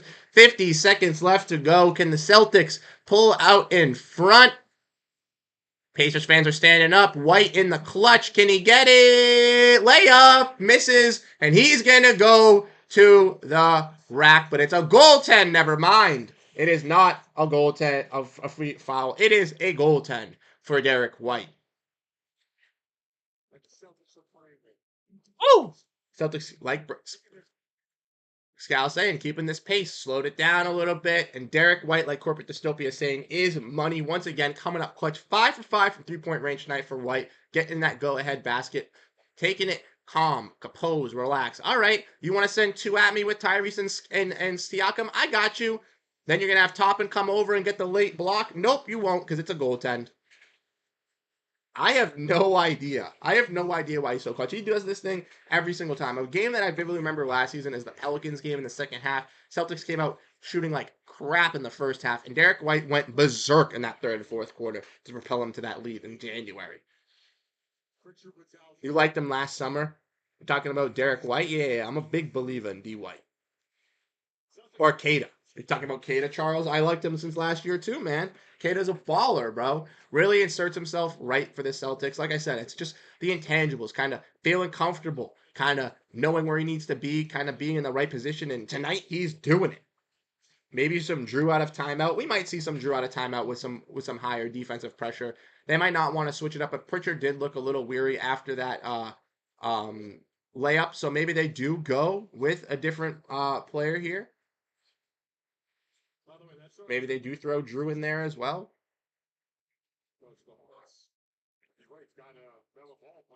We got the Celtics here. Got to play some tough defense on the Pacers. Up to 39 seconds to go after the Derek White goaltend on Toppin. After Derek White gets that bucket off of the goaltend. But here comes Siakam on Brown, and he hits it falling down. And Joe's going to take a timeout here. Joe is not satisfied. And I would not be either. Celtics going to draw something up here for their last play. 36 seconds to go. They're going to want to get something creative to try to get the win.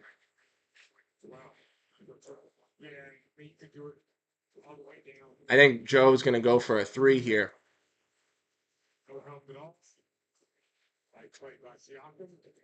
Yeah, Siakam and Mathurin have been in control for this Pacers team. Halliburton been really setting them up, and they've been just motoring this team alive, hitting shots. Tatum and Derek White have done that for the Celtics alongside Brown on our side. But really, Siakam and Mathurin have been this 1-2 punch for the Pacers that have really kept them in this game, kept them alive. But for the Celtics here, they've been able to mount their own offensive successes in this second half. Late in this fourth quarter, Tatum really came to life. The Celtics outscoring the Pacers in the fourth, 38-24, to propel them into this overtime fest. And now, obviously, the game tied at 132 apiece. Getting a little scary, getting a little wary.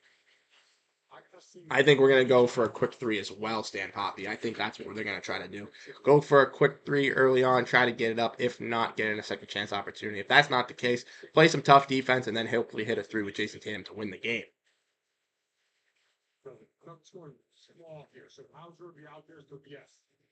Derek White and somebody in the action. That's what I'm guessing right here.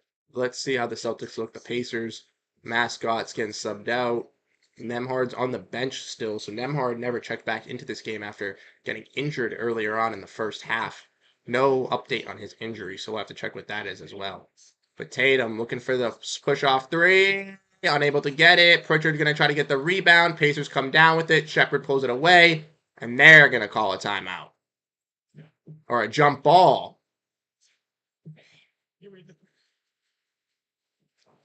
Celtics stay alive here off a Ben Shepard mistake. It's going to be a jump ball. Richard is going dirty. Easy call. For the Celtics. And Kada coming back in, trying to help out this team. Richard against Shepard, who's 6'6". You got Pritchard jumping for the ball alongside Interesting stuff. Shepard. They're assuming he's going to win this. The Celtics here got to win this tip so they can get another shot off. Pritchard wins it, but tips it to Siakam. And now the Pacers have possession here, have the chance to get their shot off for the Celtics to retaliate. Celtics coming down with some pressure here with the Greenbridge Fieldhouse. Siakam going to set the screen. Halliburton passes to Siakam. Siakam for 3 once again. Oh my God, bro. There's no way.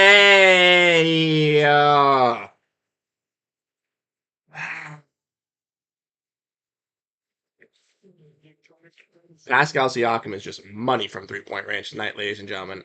I don't know what it is. Come on. Siakam's had 13 straight losses to the Celtics. He does not want to lose 14 times.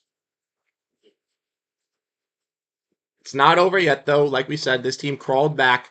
They could still hit a 3. They could still get a late steal. They could still be in this game.